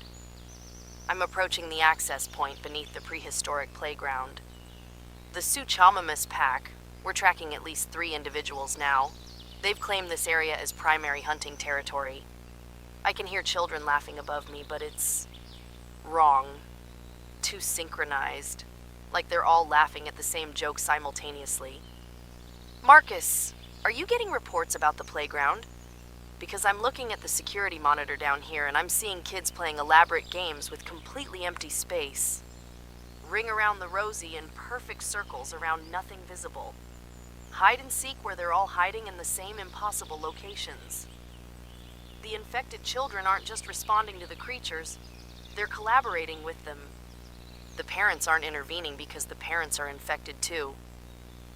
I watched a mother help her 5-year-old climb into a maintenance shed that should be locked, then stand guard outside while invisible shapes moved around inside. She was humming while she waited, the same tune all the infected have been humming since this morning.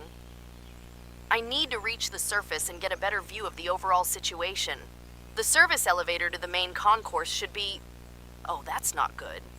Marcus, the elevator's running on its own.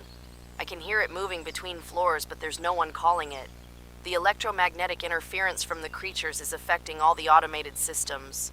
The rides are operating themselves, the speaker system is broadcasting mixed signals, and the security doors are opening and closing in patterns that look almost like breathing. I'm taking the emergency stairs.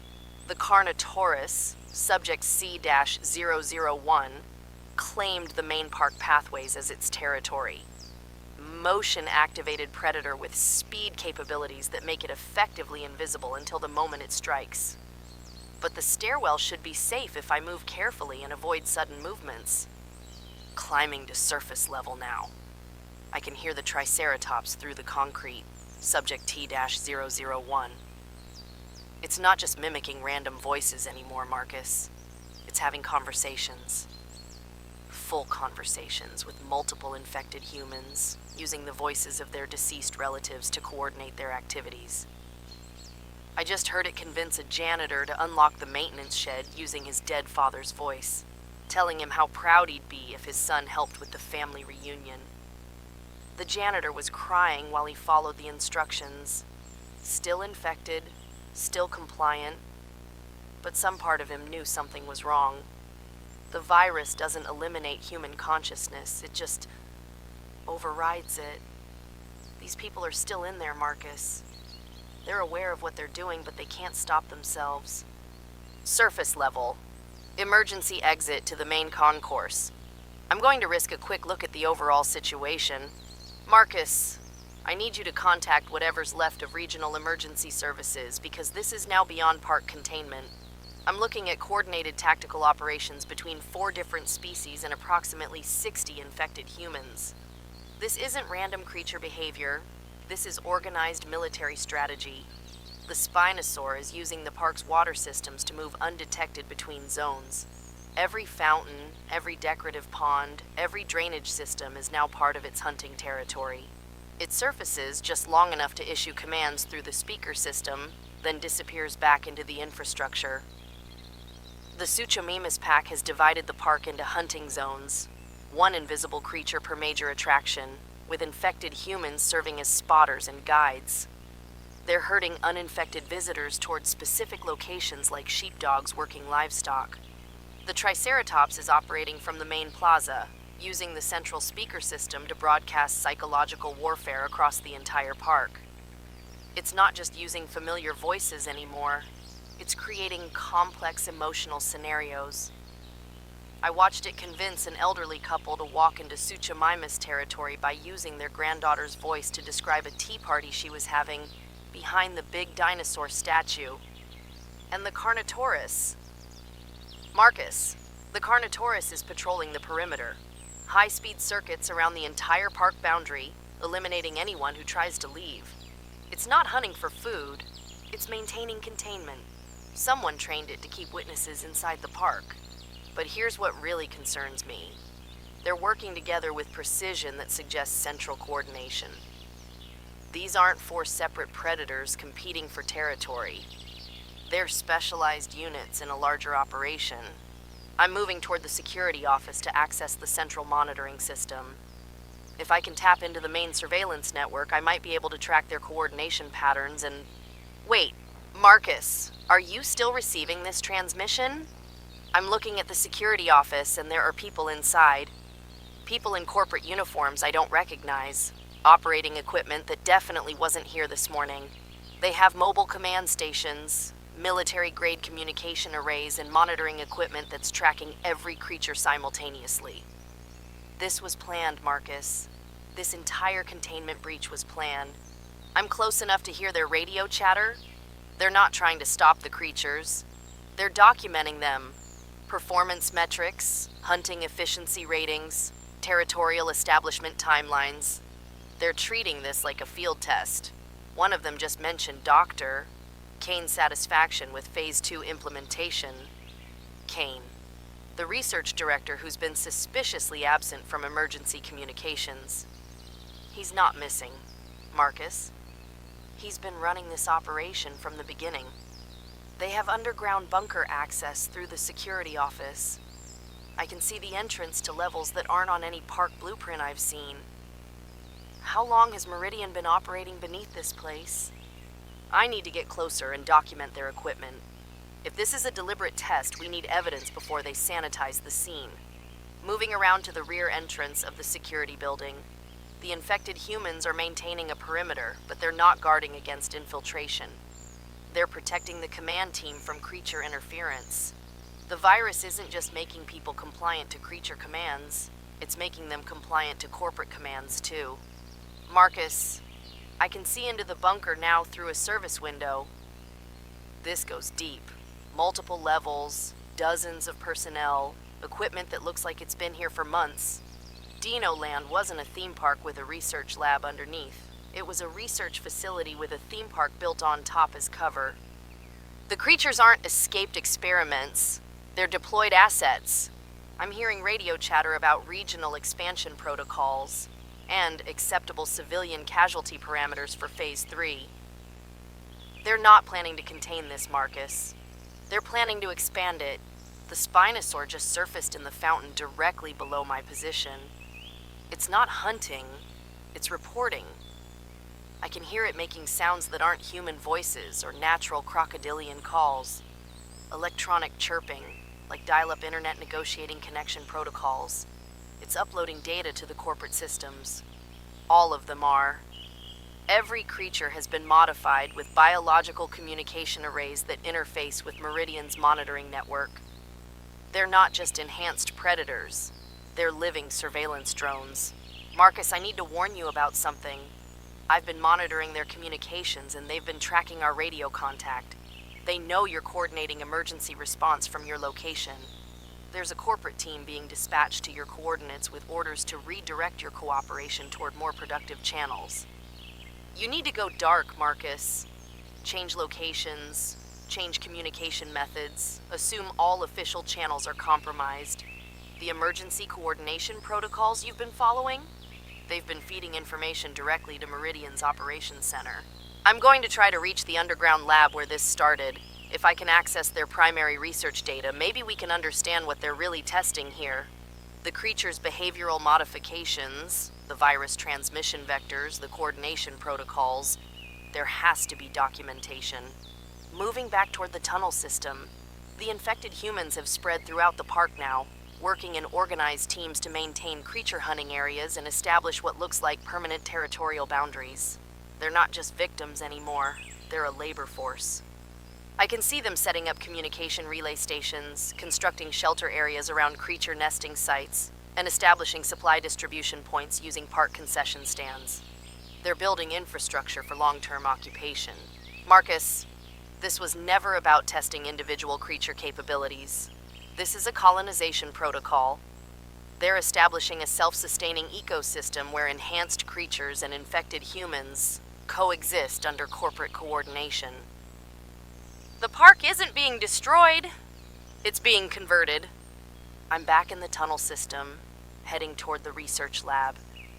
The electromagnetic interference is getting stronger as I get closer to the primary modification chambers. My equipment is starting to malfunction, and I can feel vibrations through the floor that suggest heavy machinery operating below my current level. They're still running experiments down there. While the surface situation deteriorates, they're continuing whatever process created these creatures in the first place. Marcus, I'm going to lose communication soon. The interference is affecting all electronic systems, and I need to go deeper into areas where radio waves probably can't penetrate anyway. If you don't hear from me again, assume I've found something they don't want documented. Contact every independent media outlet you can reach. Official channels are compromised, but independent journalists might be able to expose this before they implement Phase 3 in other locations. The creature's behavioral patterns suggest this protocol could be replicated at any facility with sufficient underground infrastructure. And Marcus, if anyone finds this recording after I'm gone, know that what happened at Dinoland wasn't an accident or a containment failure. It was a field test for technologies that Meridian intends to deploy on a much larger scale. The infected humans aren't just victims of a virus, they're prototypes for a controlled population. The creatures aren't just escaped experiments. They're the enforcement arm of a new kind of corporate governance where human cooperation is chemically guaranteed and territorial control is maintained by species specifically designed for predation and surveillance. I'm entering the research lab now. The doors are unlocked, which means either someone wants me to find what's inside, or they're confident I won't be leaving to report it. Either way, someone needs to document this. Dr. Sarah Chen signing off. Marcus, stay safe, and whatever you do, don't trust any official assistance that arrives too quickly or comes too well prepared. The behavioral patterns are unlike anything in the fossil record, but they're exactly what you'd expect from a species designed for human behavioral management. If anyone finds this recording, I'm going in. Someone needs to document this. This message is issued by the Emergency Coordination Center. Please listen closely and follow the instructions. This is not a drill.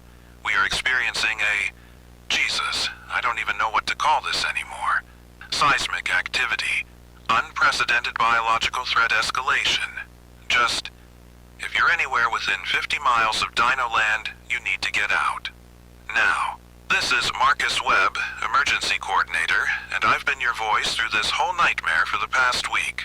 Started as standard containment protocol, escalated to, well, you've been listening, you know where we are, but this morning at 0430 hours, our seismic monitoring equipment started registering tremors centered directly beneath Dinoland Park. Not geological tremors. Something else. Something moving underground that's bigger than anything that should exist. I lost contact with Dr. Sarah Chen approximately 6 hours ago. She was conducting field reconnaissance, maintaining radio contact every 30 minutes per protocol. Her last transmission was at 2200 hours yesterday, reporting successful navigation through the maintenance tunnel system. Since then, nothing. Dead air. And I've been trying to raise her every 10 minutes because that's what you do when someone's out there alone with those things. But her radio's either destroyed or she's not able to answer. The ground-penetrating radar we've been using to track creature movement showed something impossible around midnight. A mass reading approximately 60 feet in length moving through the underground sections of the park. 60 feet. For reference, our previous largest creature, the Spinosaurus, measured 18 feet. This isn't just a bigger dinosaur. This is something fundamentally different. And, based on the electromagnetic interference patterns we're detecting, it's been absorbing energy from every infected human and every enhanced creature in the facility. Let me walk you through what we observed in the final hours before the site went completely dark. At 23:15 hours, Security Chief Morrison's radio crackled back to life for the first time in 2 days. I thought maybe we'd finally re-establish communication with someone on the ground. Instead, I heard Morrison's voice, but wrong, flat, mechanical. He was giving instructions to what sounded like hundreds of people, coordinating them like a construction foreman. Section C team, continue excavation along the eastern foundation. Section D, prepare bioenergy transfer points. All personnel maintain physical contact with designated absorption nodes. Bioenergy transfer points. That's not security terminology. That's not any kind of human terminology I've ever heard. 20 minutes later, our surveillance feeds that Sarah had managed to hack before going dark started showing us something that still makes my hands shake. The infected staff and visitors, maybe 300 people, were working together in the underground sections. Not like a crowd of panicked individuals, like a single organism with hundreds of limbs. They were digging, tearing apart concrete foundations with their bare hands, some of them bleeding from torn fingernails, none of them seeming to notice or care. And they were all connected by these thin bioelectrical cables that seemed to be growing from their skin, connecting them to each other and to something deeper underground. Around midnight, every creature we'd been tracking on the surface just stopped. The Spinosaurus stopped hunting near the water features. The invisible Suchomimus pack stopped their coordinated stalking patterns. The Triceratops stopped its psychological manipulation broadcasts. They all moved toward the center of the park like they'd received some kind of summons. Our thermal imaging showed them descending into the excavation site the infected humans had created, and then the readings went haywire. Every creature biosignature merged into one massive heat bloom underground. But here's the part that made me realize we were dealing with something beyond any emergency protocol I've ever trained for. At 200 hours, every electronic device within a 5-mile radius of the park experienced synchronized interference. Car radios, cell phones, emergency beacons, even our hardened military communication equipment. All of them picked up the same signal for exactly 17 seconds. Not siren calls like the enhanced creatures had been producing. This was deeper, older, like whale song, but if whales were the size of mountains and had been sleeping for millions of years. Dr. Chen, if you're somehow still alive and monitoring this frequency, please respond. Sarah, I know you're probably thinking this is a trap, that the infected are using my voice to lure you out, but I need you to know that I'm still me. I'm still here in the coordination center, and I've been fighting corporate's attempts to recall me for the past 18 hours. They want to shut down this broadcast, want to implement something called Protocol 7, which apparently involves classifying this entire incident and transferring authority to what they call specialized containment teams. Teams that were apparently standing by before the first creature escaped. Teams that knew this was going to happen. The seismic activity has been building in stages, and I need everyone listening to understand what we're observing, because the official reports aren't going to tell you any of this. Stage 1 started around 0300 hours.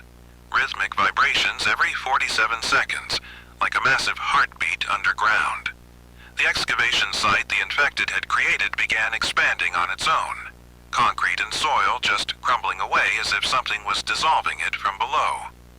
Emergency responders from 3 counties started reporting equipment failures when they approached the park perimeter. Stage 2 began when that mountain whale song stopped. The ground above the excavation site began to bulge upward, not like an earthquake or geological pressure, like something was pushing up from underneath with deliberate force. The infected humans moved into formation around the bulge, and this is where it gets really disturbing. They started linking hands, all 300 of them, forming concentric circles around the emergence point. Our thermal readings showed energy flowing between them, like they were creating some kind of living electrical circuit. Stage 3 happened 20 minutes ago, and this is why I'm breaking protocol to continue this broadcast. The thing underground broke through. I'm watching it happen right now through the surveillance feeds, and I need someone to know what corporate was really doing at that facility. This isn't a containment breach. This is a field test. Dr. Vincent Kane, the corporate research director who's been monitoring our communications this entire time, just gave authorization for what he called emergence protocol initiation. They wanted this to happen. They built this park on a fossil bed, enhanced those creatures, released the neural control virus, and infected hundreds of people specifically to wake up whatever was sleeping down there. The The creature that just emerged from the excavation site isn't just large. It's impossible. 60 feet long, but more than that, it's absorbing the bioenergy from every infected human and every enhanced creature simultaneously. The Spinosaurus, the Suchomimus pack, the Triceratops, the Carnotaurus, they're all moving in perfect coordination now like limbs of a single massive predator. And the infected humans aren't running or screaming. They're walking toward it willingly, placing their hands on its hide, and their life energy is visibly flowing into it like glowing streams of light. This thing, whatever it is, has an intelligence that predates human civilization. Our behavioral analysis equipment is detecting communication patterns between it and the other creatures that don't match any known animal language. It's not giving orders to lesser creatures. It's treating them like children who finally come home to their parent. If you are in the evacuation zone, do not attempt to rescue anyone who appears to be moving toward the park. The infected humans will try to convince you to join them, and they'll use voices and memories that you trust. They're not hostile anymore. They're recruiting. The creature needs more bioenergy, and anyone who gets close enough to hear its call will want to provide it. Do not trust any official emergency broadcasts that contradict this information. Corporate has activated what they call information containment protocols. Any rescue teams, military units, or emergency responders who arrive on scene have been briefed with incomplete data. They think they're dealing with escaped animals and contaminated civilians. They don't know they're walking into a feeding ground for something that's been sleeping under the earth for millions of years. And Sarah, God, Sarah, if you're still out there, I'm so sorry. I should have insisted on backup. I should have realized corporate was using us both as expendable assets in their research program. I should have gone rogue days ago when I first suspected they were lying to us, but I followed protocols because that's what I do. That's what I've always done. 15 years of emergency services, and I've never broken chain of command until right now. But I'm done following their protocols. I'm done pretending this is a containment operation when it's actually a field test for biological weapons that were never meant to be controlled. Dr. Kane, I know you're monitoring this transmission. I know you think you can silence me the same way you silence the other coordinators at the Meridian facilities. But this broadcast is going out on emergency frequencies that reach beyond your corporate communications network. People are going to know what you did here. The creature has finished absorbing energy from the infected humans. They're still alive, but they're moving like sleepwalkers now, completely under its control. And it's moving. 70-ton prehistoric nightmare with zombie-like resilience and ancient intelligence, heading northeast toward the county road. Its electromagnetic field is so powerful that it's interfering with vehicle ignition systems within a half-mile radius. Anyone in its path won't be able to drive away. Military containment teams are en route, but they're following corporate directives, which means they're planning to engage with conventional weapons. Conventional weapons that were tested against this creature months ago in controlled conditions. This isn't a rescue operation. It's a demonstration for potential buyers of Meridian's bioweapon technology. I'm abandoning my post. This coordination center has been compromised since day one, and I suspect they've been using me as an unwitting participant in their psychological warfare testing. Every broadcast I've made, every instruction I've given to survivors, it was all being monitored and analyzed to determine optimal manipulation techniques for future operations. To anyone still listening, the real threat isn't just the creature.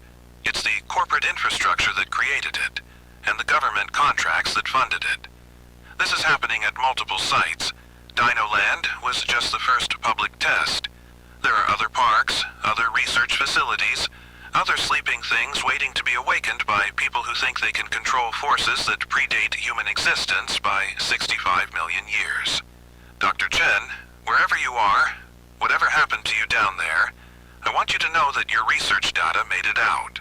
I've been uploading everything to emergency broadcast networks since I realized corporate was planning to sanitize all evidence. Your behavioral analysis of the enhanced creatures, your warnings about the neural control virus, your discovery of the corporate monitoring systems, it's all being transmitted on continuous loop to emergency services across the entire region. The creature has stopped moving. It's looking directly at the camera. At me. Through the surveillance feed, it's making eye contact with me specifically. Like it knows I'm watching.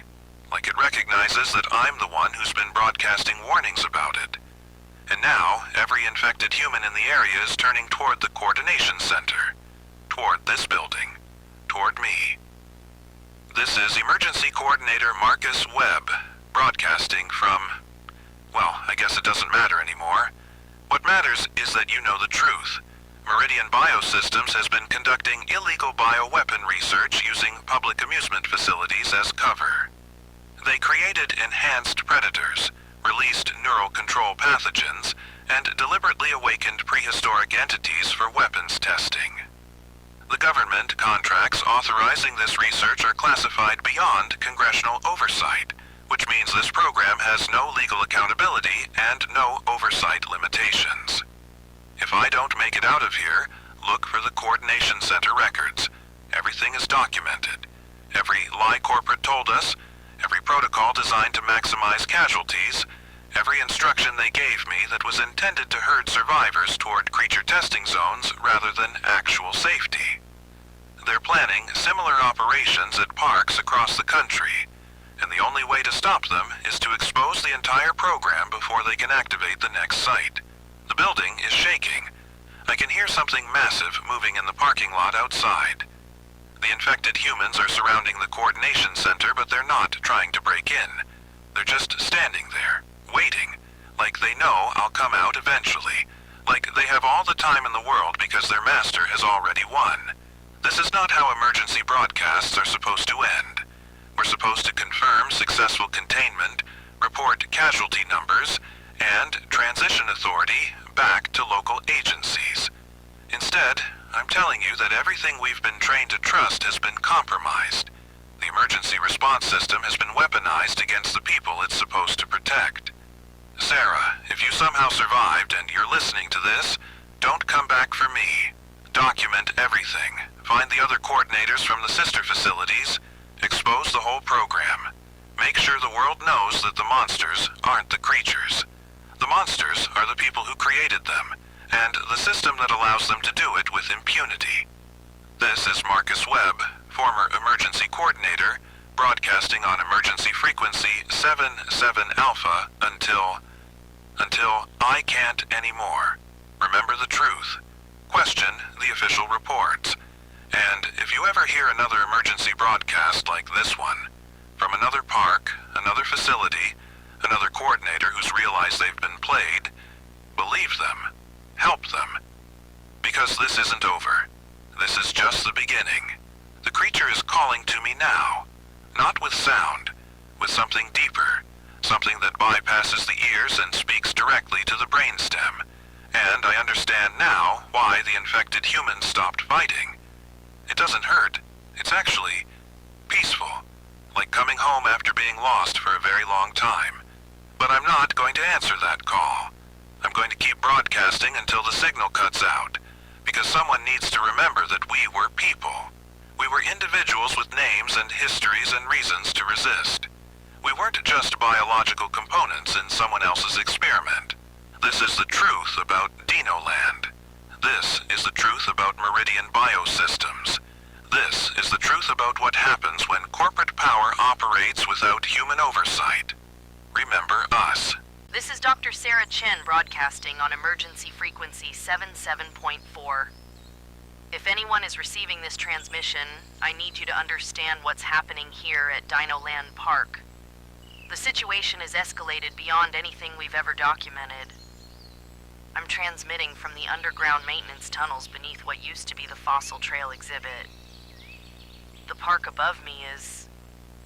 Jesus, I don't even know how to describe what I'm seeing through these access grates. I survived the Godzilla emergence yesterday by pure luck. When that thing burst through the central plaza, I was already in the tunnel system trying to reach the research labs. The entire ground level collapsed into a sinkhole that must be 200 feet across. I've been down here for 18 hours, monitoring the surface through the emergency periscope system and trying to make sense of what corporate calls their ultimate solution. For those just joining this frequency, my name is Dr. Sarah Chen. I hold a PhD in paleobiology, and I've been serving as emergency behavioral consultant for what we now know was a coordinated bioweapon test disguised as a containment breach. The creatures that have been terrorizing this park for the past week, the Spinosaur, the Suchomimus pack, the Triceratops, the Carnotaurus, they weren't accidents. They were prototypes leading up to this moment. Right now, I'm watching two monsters tear each other apart on the surface while corporate collects data from their observation bunker. The entity we've been calling Godzilla is locked in combat with something they're calling Project Alpha Rex.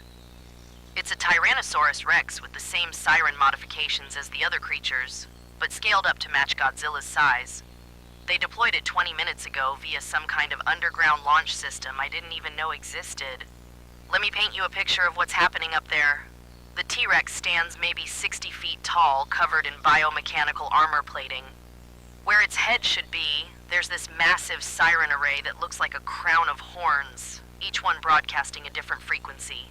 When it roars, every piece of electronic equipment down here goes haywire. My recording equipment keeps cutting in and out because of the electromagnetic interference. Godzilla is... I keep saying it's like nothing in the fossil record, but that's not accurate anymore. I think I understand what it is now. It's not just a reanimated dinosaur, it's something older. When I watch how it moves, how it responds to the T-Rex's attacks, there's an intelligence there that predates human civilization. It's like we accidentally woke up something that was sleeping in the fossil bed beneath this park. The battle started when corporate launched the T-Rex from what I now realize was a hidden silo disguised as the defunct volcano adventure ride. The thing came up through the mountain like a missile, siren array already broadcasting at full power. I've never heard anything like the sound it makes. It's not just mimicking human voices anymore.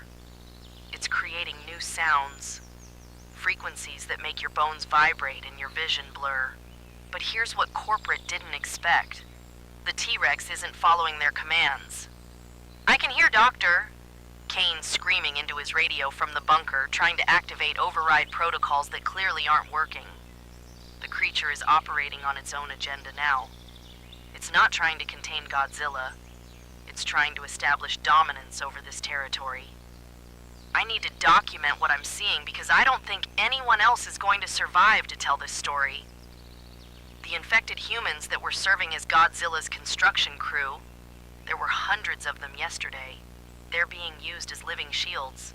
Security Chief Morrison is leading them in formation around Godzilla's legs, and they're just throwing themselves at the T-Rex whenever it gets too close.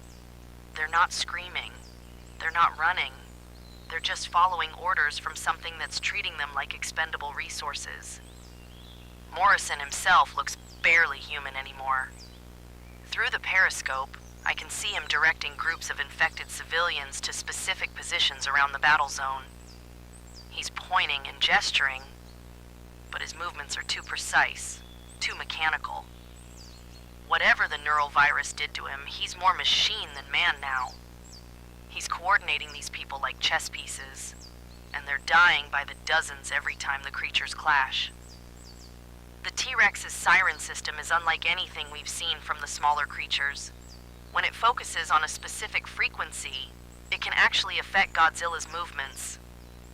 I've watched it broadcast subsonic pulses that make the bigger creature stumble, followed immediately by ultrasonic screeches that seem to cause physical pain. But Godzilla adapts fast. After the third sonic attack, it started covering its, well, I guess you'd call them ears, even though the anatomy is all wrong.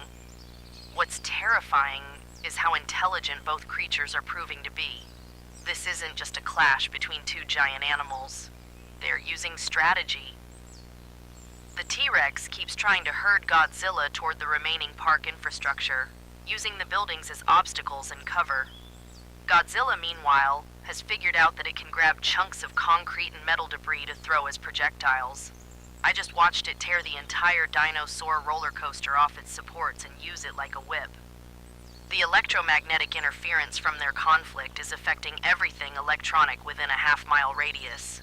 The park's speaker system is broadcasting fragments of human voices, not mimicry from the creatures, but actual recorded messages from park visitors and staff who were here earlier this week.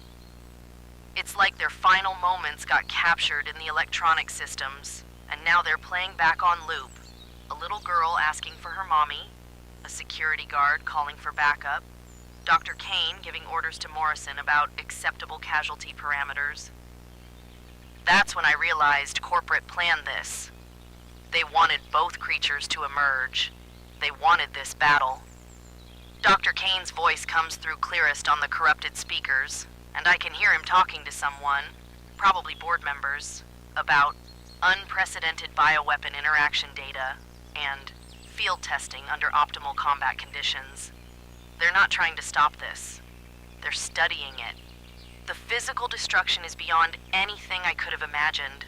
The central plaza where families were eating lunch 3 days ago is now a crater filled with bioluminescent fluid that seems to be leaking from both creatures. The gift shop has been completely flattened. The food court is on fire from some kind of acidic spray that came from the T-Rex's siren array. Even down here in the tunnels, I can smell sulfur and ozone and something organic that makes my eyes water. But the worst part is the sound. Not just the creature roars and siren calls, but the human voices mixed in. The infected people around Morrison aren't just following orders. They're broadcasting. Their voices are synchronized with the creature's frequencies, creating this horrible chorus that carries for miles.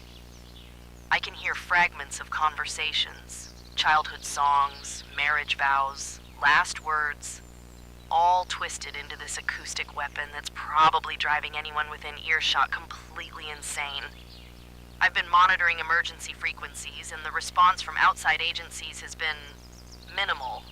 A few helicopters tried to approach an hour ago, but they turned back when they hit the electromagnetic interference zone. Corporate is clearly jamming standard communications, but they're allowing my frequency to broadcast because they want documentation. They want someone to record this for their files. The T-Rex just did something I've never seen from any of the other creatures. It stopped mid-attack and turned toward my position, not toward the tunnel entrance, toward me specifically. Its siren array rotated like a radar dish, and for a moment, I could swear it was looking directly at the periscope. Then it broadcast something that wasn't sound at all. It was like having thoughts pushed directly into my brain. Images of the underground tunnel system, my exact location, a sense of amusement, like it knew I was watching and it was performing for me. That's when Godzilla struck. While the T-Rex was distracted by its psychological games, the older creature lunged forward and clamped its jaws around the siren array. The feedback was incredible. Every piece of electronic equipment in the park exploded simultaneously. The lights down here went out. My backup radio caught fire. For 30 seconds, the only sound was metal being crushed and what I can only describe as screaming from both creatures. When the emergency lighting kicked back on, both monsters were locked together in the center of what used to be the park. Godzilla had torn away half of the T-Rex's siren crown, but the mechanical creature had managed to drive its remaining horn speakers directly into Godzilla's torso. They were pouring that bioluminescent fluid all over each other, and I realized it wasn't blood. It was some kind of neural interface medium. They weren't just fighting. They were connecting. Morrison and his infected humans suddenly stopped their coordinated movements. For the first time since yesterday, they looked confused, lost, like someone had cut their puppet strings. Some of them started wandering away from the battle zone. Others just stood there, staring at the sky. Whatever signal was controlling them had been interrupted by the creature's neural interface. That's when Dr. Kane made his biggest mistake. I heard him over the park's damaged speaker system, screaming at his technical team to activate the termination protocol. Apparently, corporate built kill switches into both creatures, just in case they got out of hand. But when they tried to activate them, something else happened instead. Both creatures turned toward the corporate bunker, not with animal rage, but with focused intelligence. Godzilla made this sound. Not a roar, but something like whale song mixed with digital static. The T-Rex responded with its own harmonic frequencies. They were communicating, and whatever they were saying to each other, they came to an agreement. They stopped fighting each other and started walking toward the bunker together. I don't know what corporate built that facility out of, but it's holding up better than the rest of the park. The creatures have been hammering at it for 10 minutes now, and the walls are still intact. But I can hear Kane over the radio, and he's not giving orders anymore. He's pleading, begging the creatures to stop, offering them food, territory, anything they want if they'll just walk away. The T-Rex responded by broadcasting Kane's own voice back at him. Not mimicry, his actual recorded words from earlier today, talking about acceptable casualty rates and successful field testing. It was playing back his own callousness while it systematically dismantled his defenses. Something's happening to the infected humans. Without Morrison's coordination, they're reverting to individual behavior, but they're not becoming human again. They're becoming something else. I can see them through the periscope, and they're moving like animals now. Pack hunters. They're spreading out from the battle zone in organized groups, heading toward the park exits and the surrounding neighborhoods. The neural virus didn't just make them controllable, it changed their base programming. Now that the control signal is gone, they're operating on new instincts, hunting instincts, and they're heading toward populated areas where thousands of people have no idea what's coming. I tried to warn the emergency services, but my radio equipment is failing. The electromagnetic interference from the creature's battle has fried most of my electronics. This recording device is running on backup power, and I estimate I have maybe 10 more minutes before it dies completely. The corporate bunker just opened. I can see Kane and his technical team emerging with their hands up, like they're surrendering. But the creatures aren't interested in surrender. The T-Rex grabbed Kane with one of its mechanical claws and lifted him up to its damaged siren array. I could hear him screaming from down here as the creature began broadcasting his voice in harmony with its own frequencies. Then Godzilla did something that made my blood freeze. It looked directly at the T-Rex and shook its head. Not like an animal rejecting something, but like a parent correcting a child. The older creature gently took Kane from the mechanical dinosaur and set him down on the ground. Then it spoke to him. This message is issued by... well, hell, I don't know who's issuing it anymore. The Emergency Coordination Center? That's a joke. Please listen closely because this might be the last time anyone tells you the truth about what happened here. This is definitely not a drill. All right, let me start over. My name is Marcus Webb, and for the past 15 years I've been coordinating emergency responses for incidents you never hear about on the news. I've been the voice telling you to stay calm, follow protocols, trust the system. Well, the system just tried to kill me, so we're going off script today. It's been 18 hours since Dr. Sarah Chen's final transmission cut to static during that battle between those two monsters out at Dinoland. 18 hours since the ground stopped shaking and the electromagnetic interference finally cleared enough for me to get a clean signal again.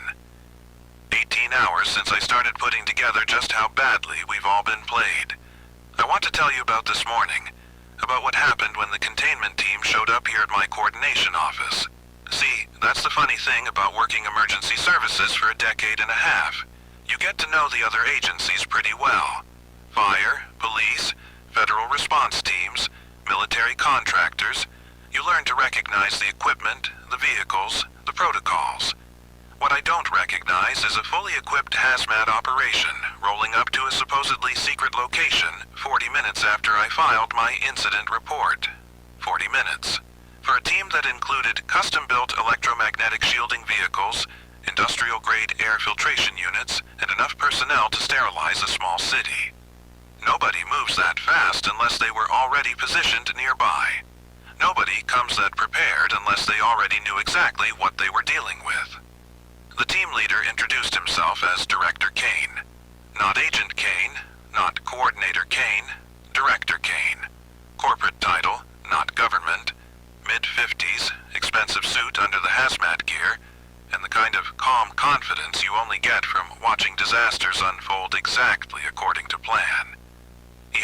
personnel file in his hand before I'd even finished my security verification.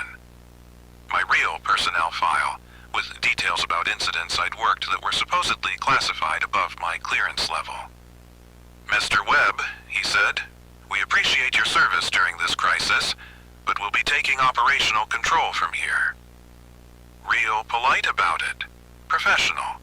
Like he was taking over a business meeting, not the aftermath of a kaiju battle. Then he handed me a transfer order dated 3 days ago. 3 days before Sarah's final transmission. 3 days before anyone officially knew there was a situation requiring containment. That's when I started recording this.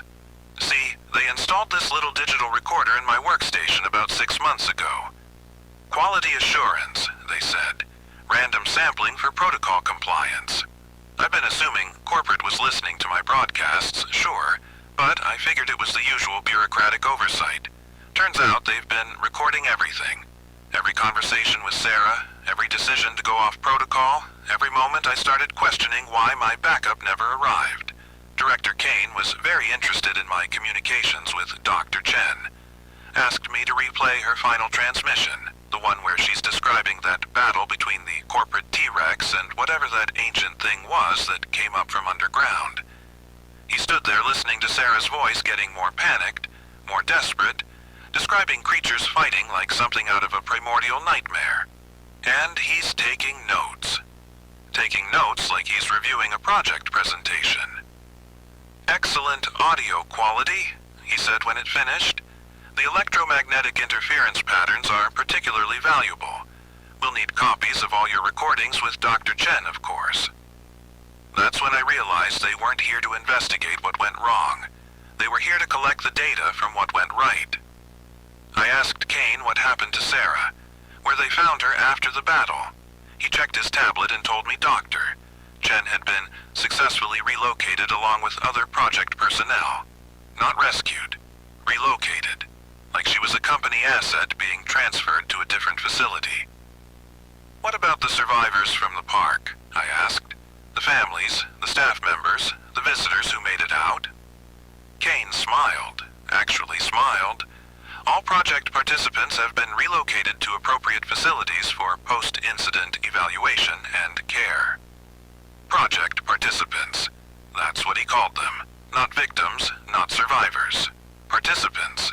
Like they'd volunteered for some kind of corporate research study. Then, Kane's assistant handed him a folder marked with the Meridian Biosystems logo.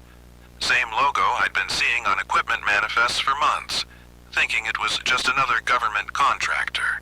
Same logo that was apparently funding this entire operation from the beginning. "Mr. Webb," Kane said, opening the folder, "your coordination efforts have provided invaluable data for Project Siren Head's evaluation phase. The behavioral responses, adaptation patterns, and containment variables you documented will be instrumental in refining our protocols for future deployments." Future deployments. Not preventing future incidents. Planning them. The folder contained incident reports from other facilities. Other emergency situations I'd helped coordinate over the past 2 years. Congoland Safari Park. That gas leak that required evacuation of a 100-square-mile radius. Neptune Aquarium Complex. Those structural failures that left sonar equipment detecting sounds below human hearing for weeks afterward. Meridian Research Station Alpha.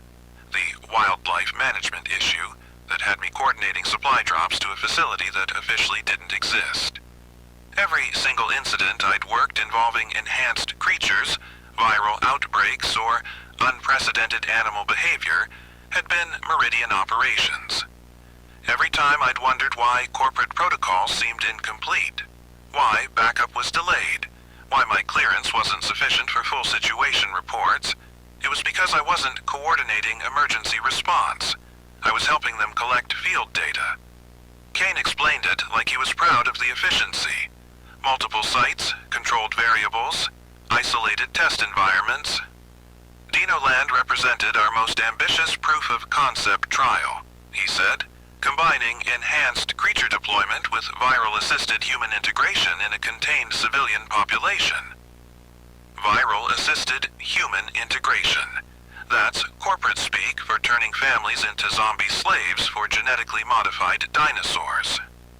The T-Rex deployment was particularly successful, Kane continued. Project Alpha demonstrated autonomous decision-making capabilities far exceeding our projections.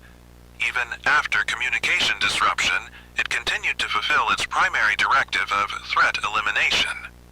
I asked him what happened to the T-Rex, to the Godzilla thing, to all those people who got infected with the virus. Biological assets have been recovered for analysis, he said. Human participants showing sustained neural integration have been transferred to long-term evaluation facilities. The incident site has been sterilized and prepared for redevelopment. Recovered for analysis. That monster T-Rex, the one Sarah watched tear apart that ancient creature in her final transmission, they've got it somewhere, studying it. And all those families, all those people who got turned into a hive mind collective, they're being kept alive in some corporate facility for evaluation. Kane was getting ready to leave when I asked him the question that's been keeping me awake since this whole thing started. How many other facilities are there? How many other Marcus Webbs are sitting in coordination offices right now, thinking they're responding to emergencies? He actually laughed.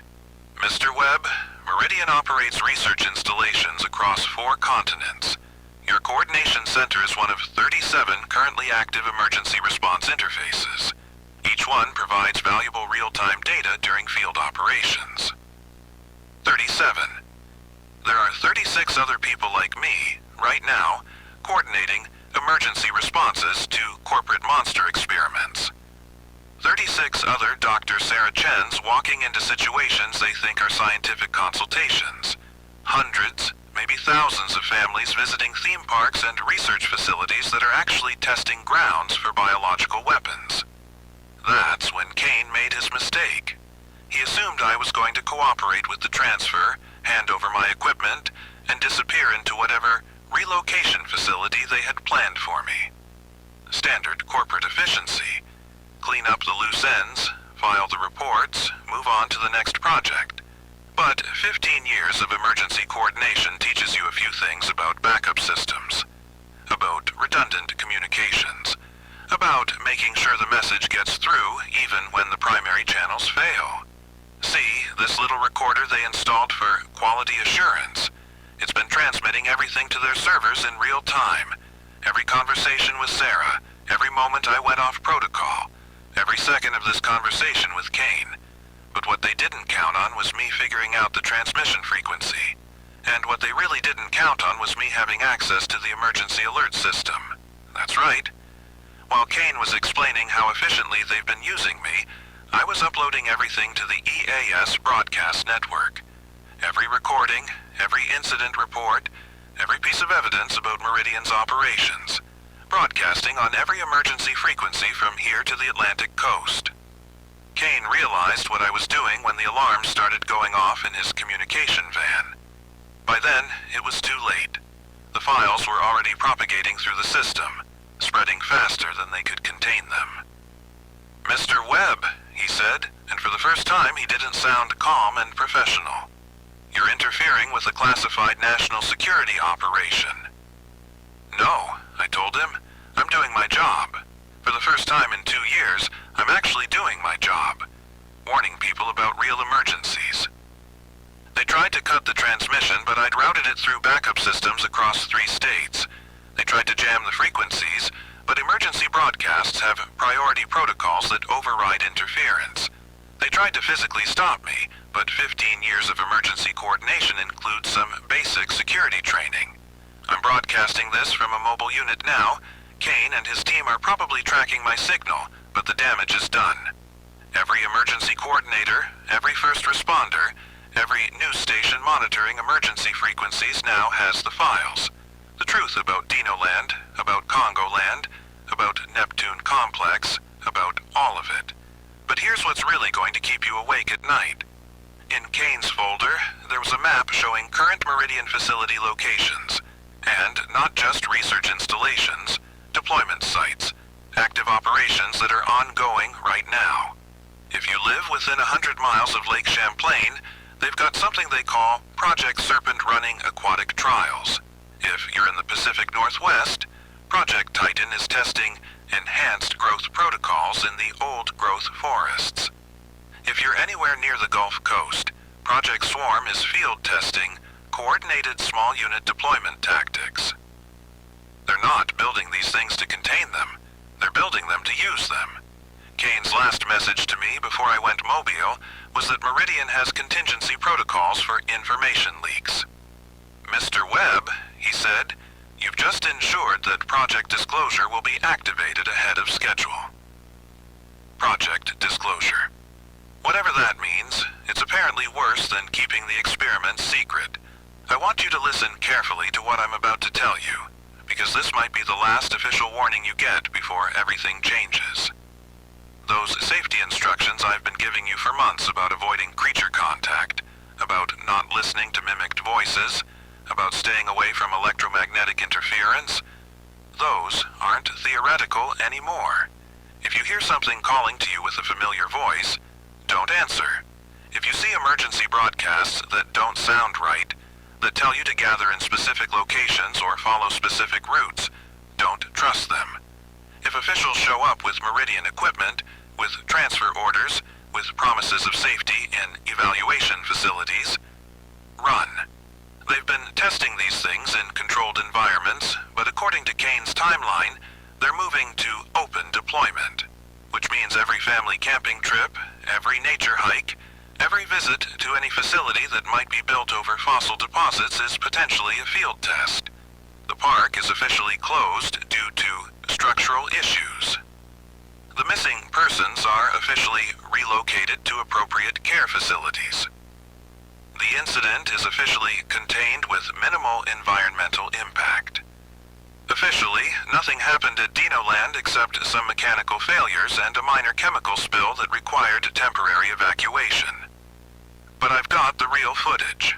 The security camera recordings that Kane thought he'd collected. The infrared satellite data that shows heat signatures too large to be equipment failures.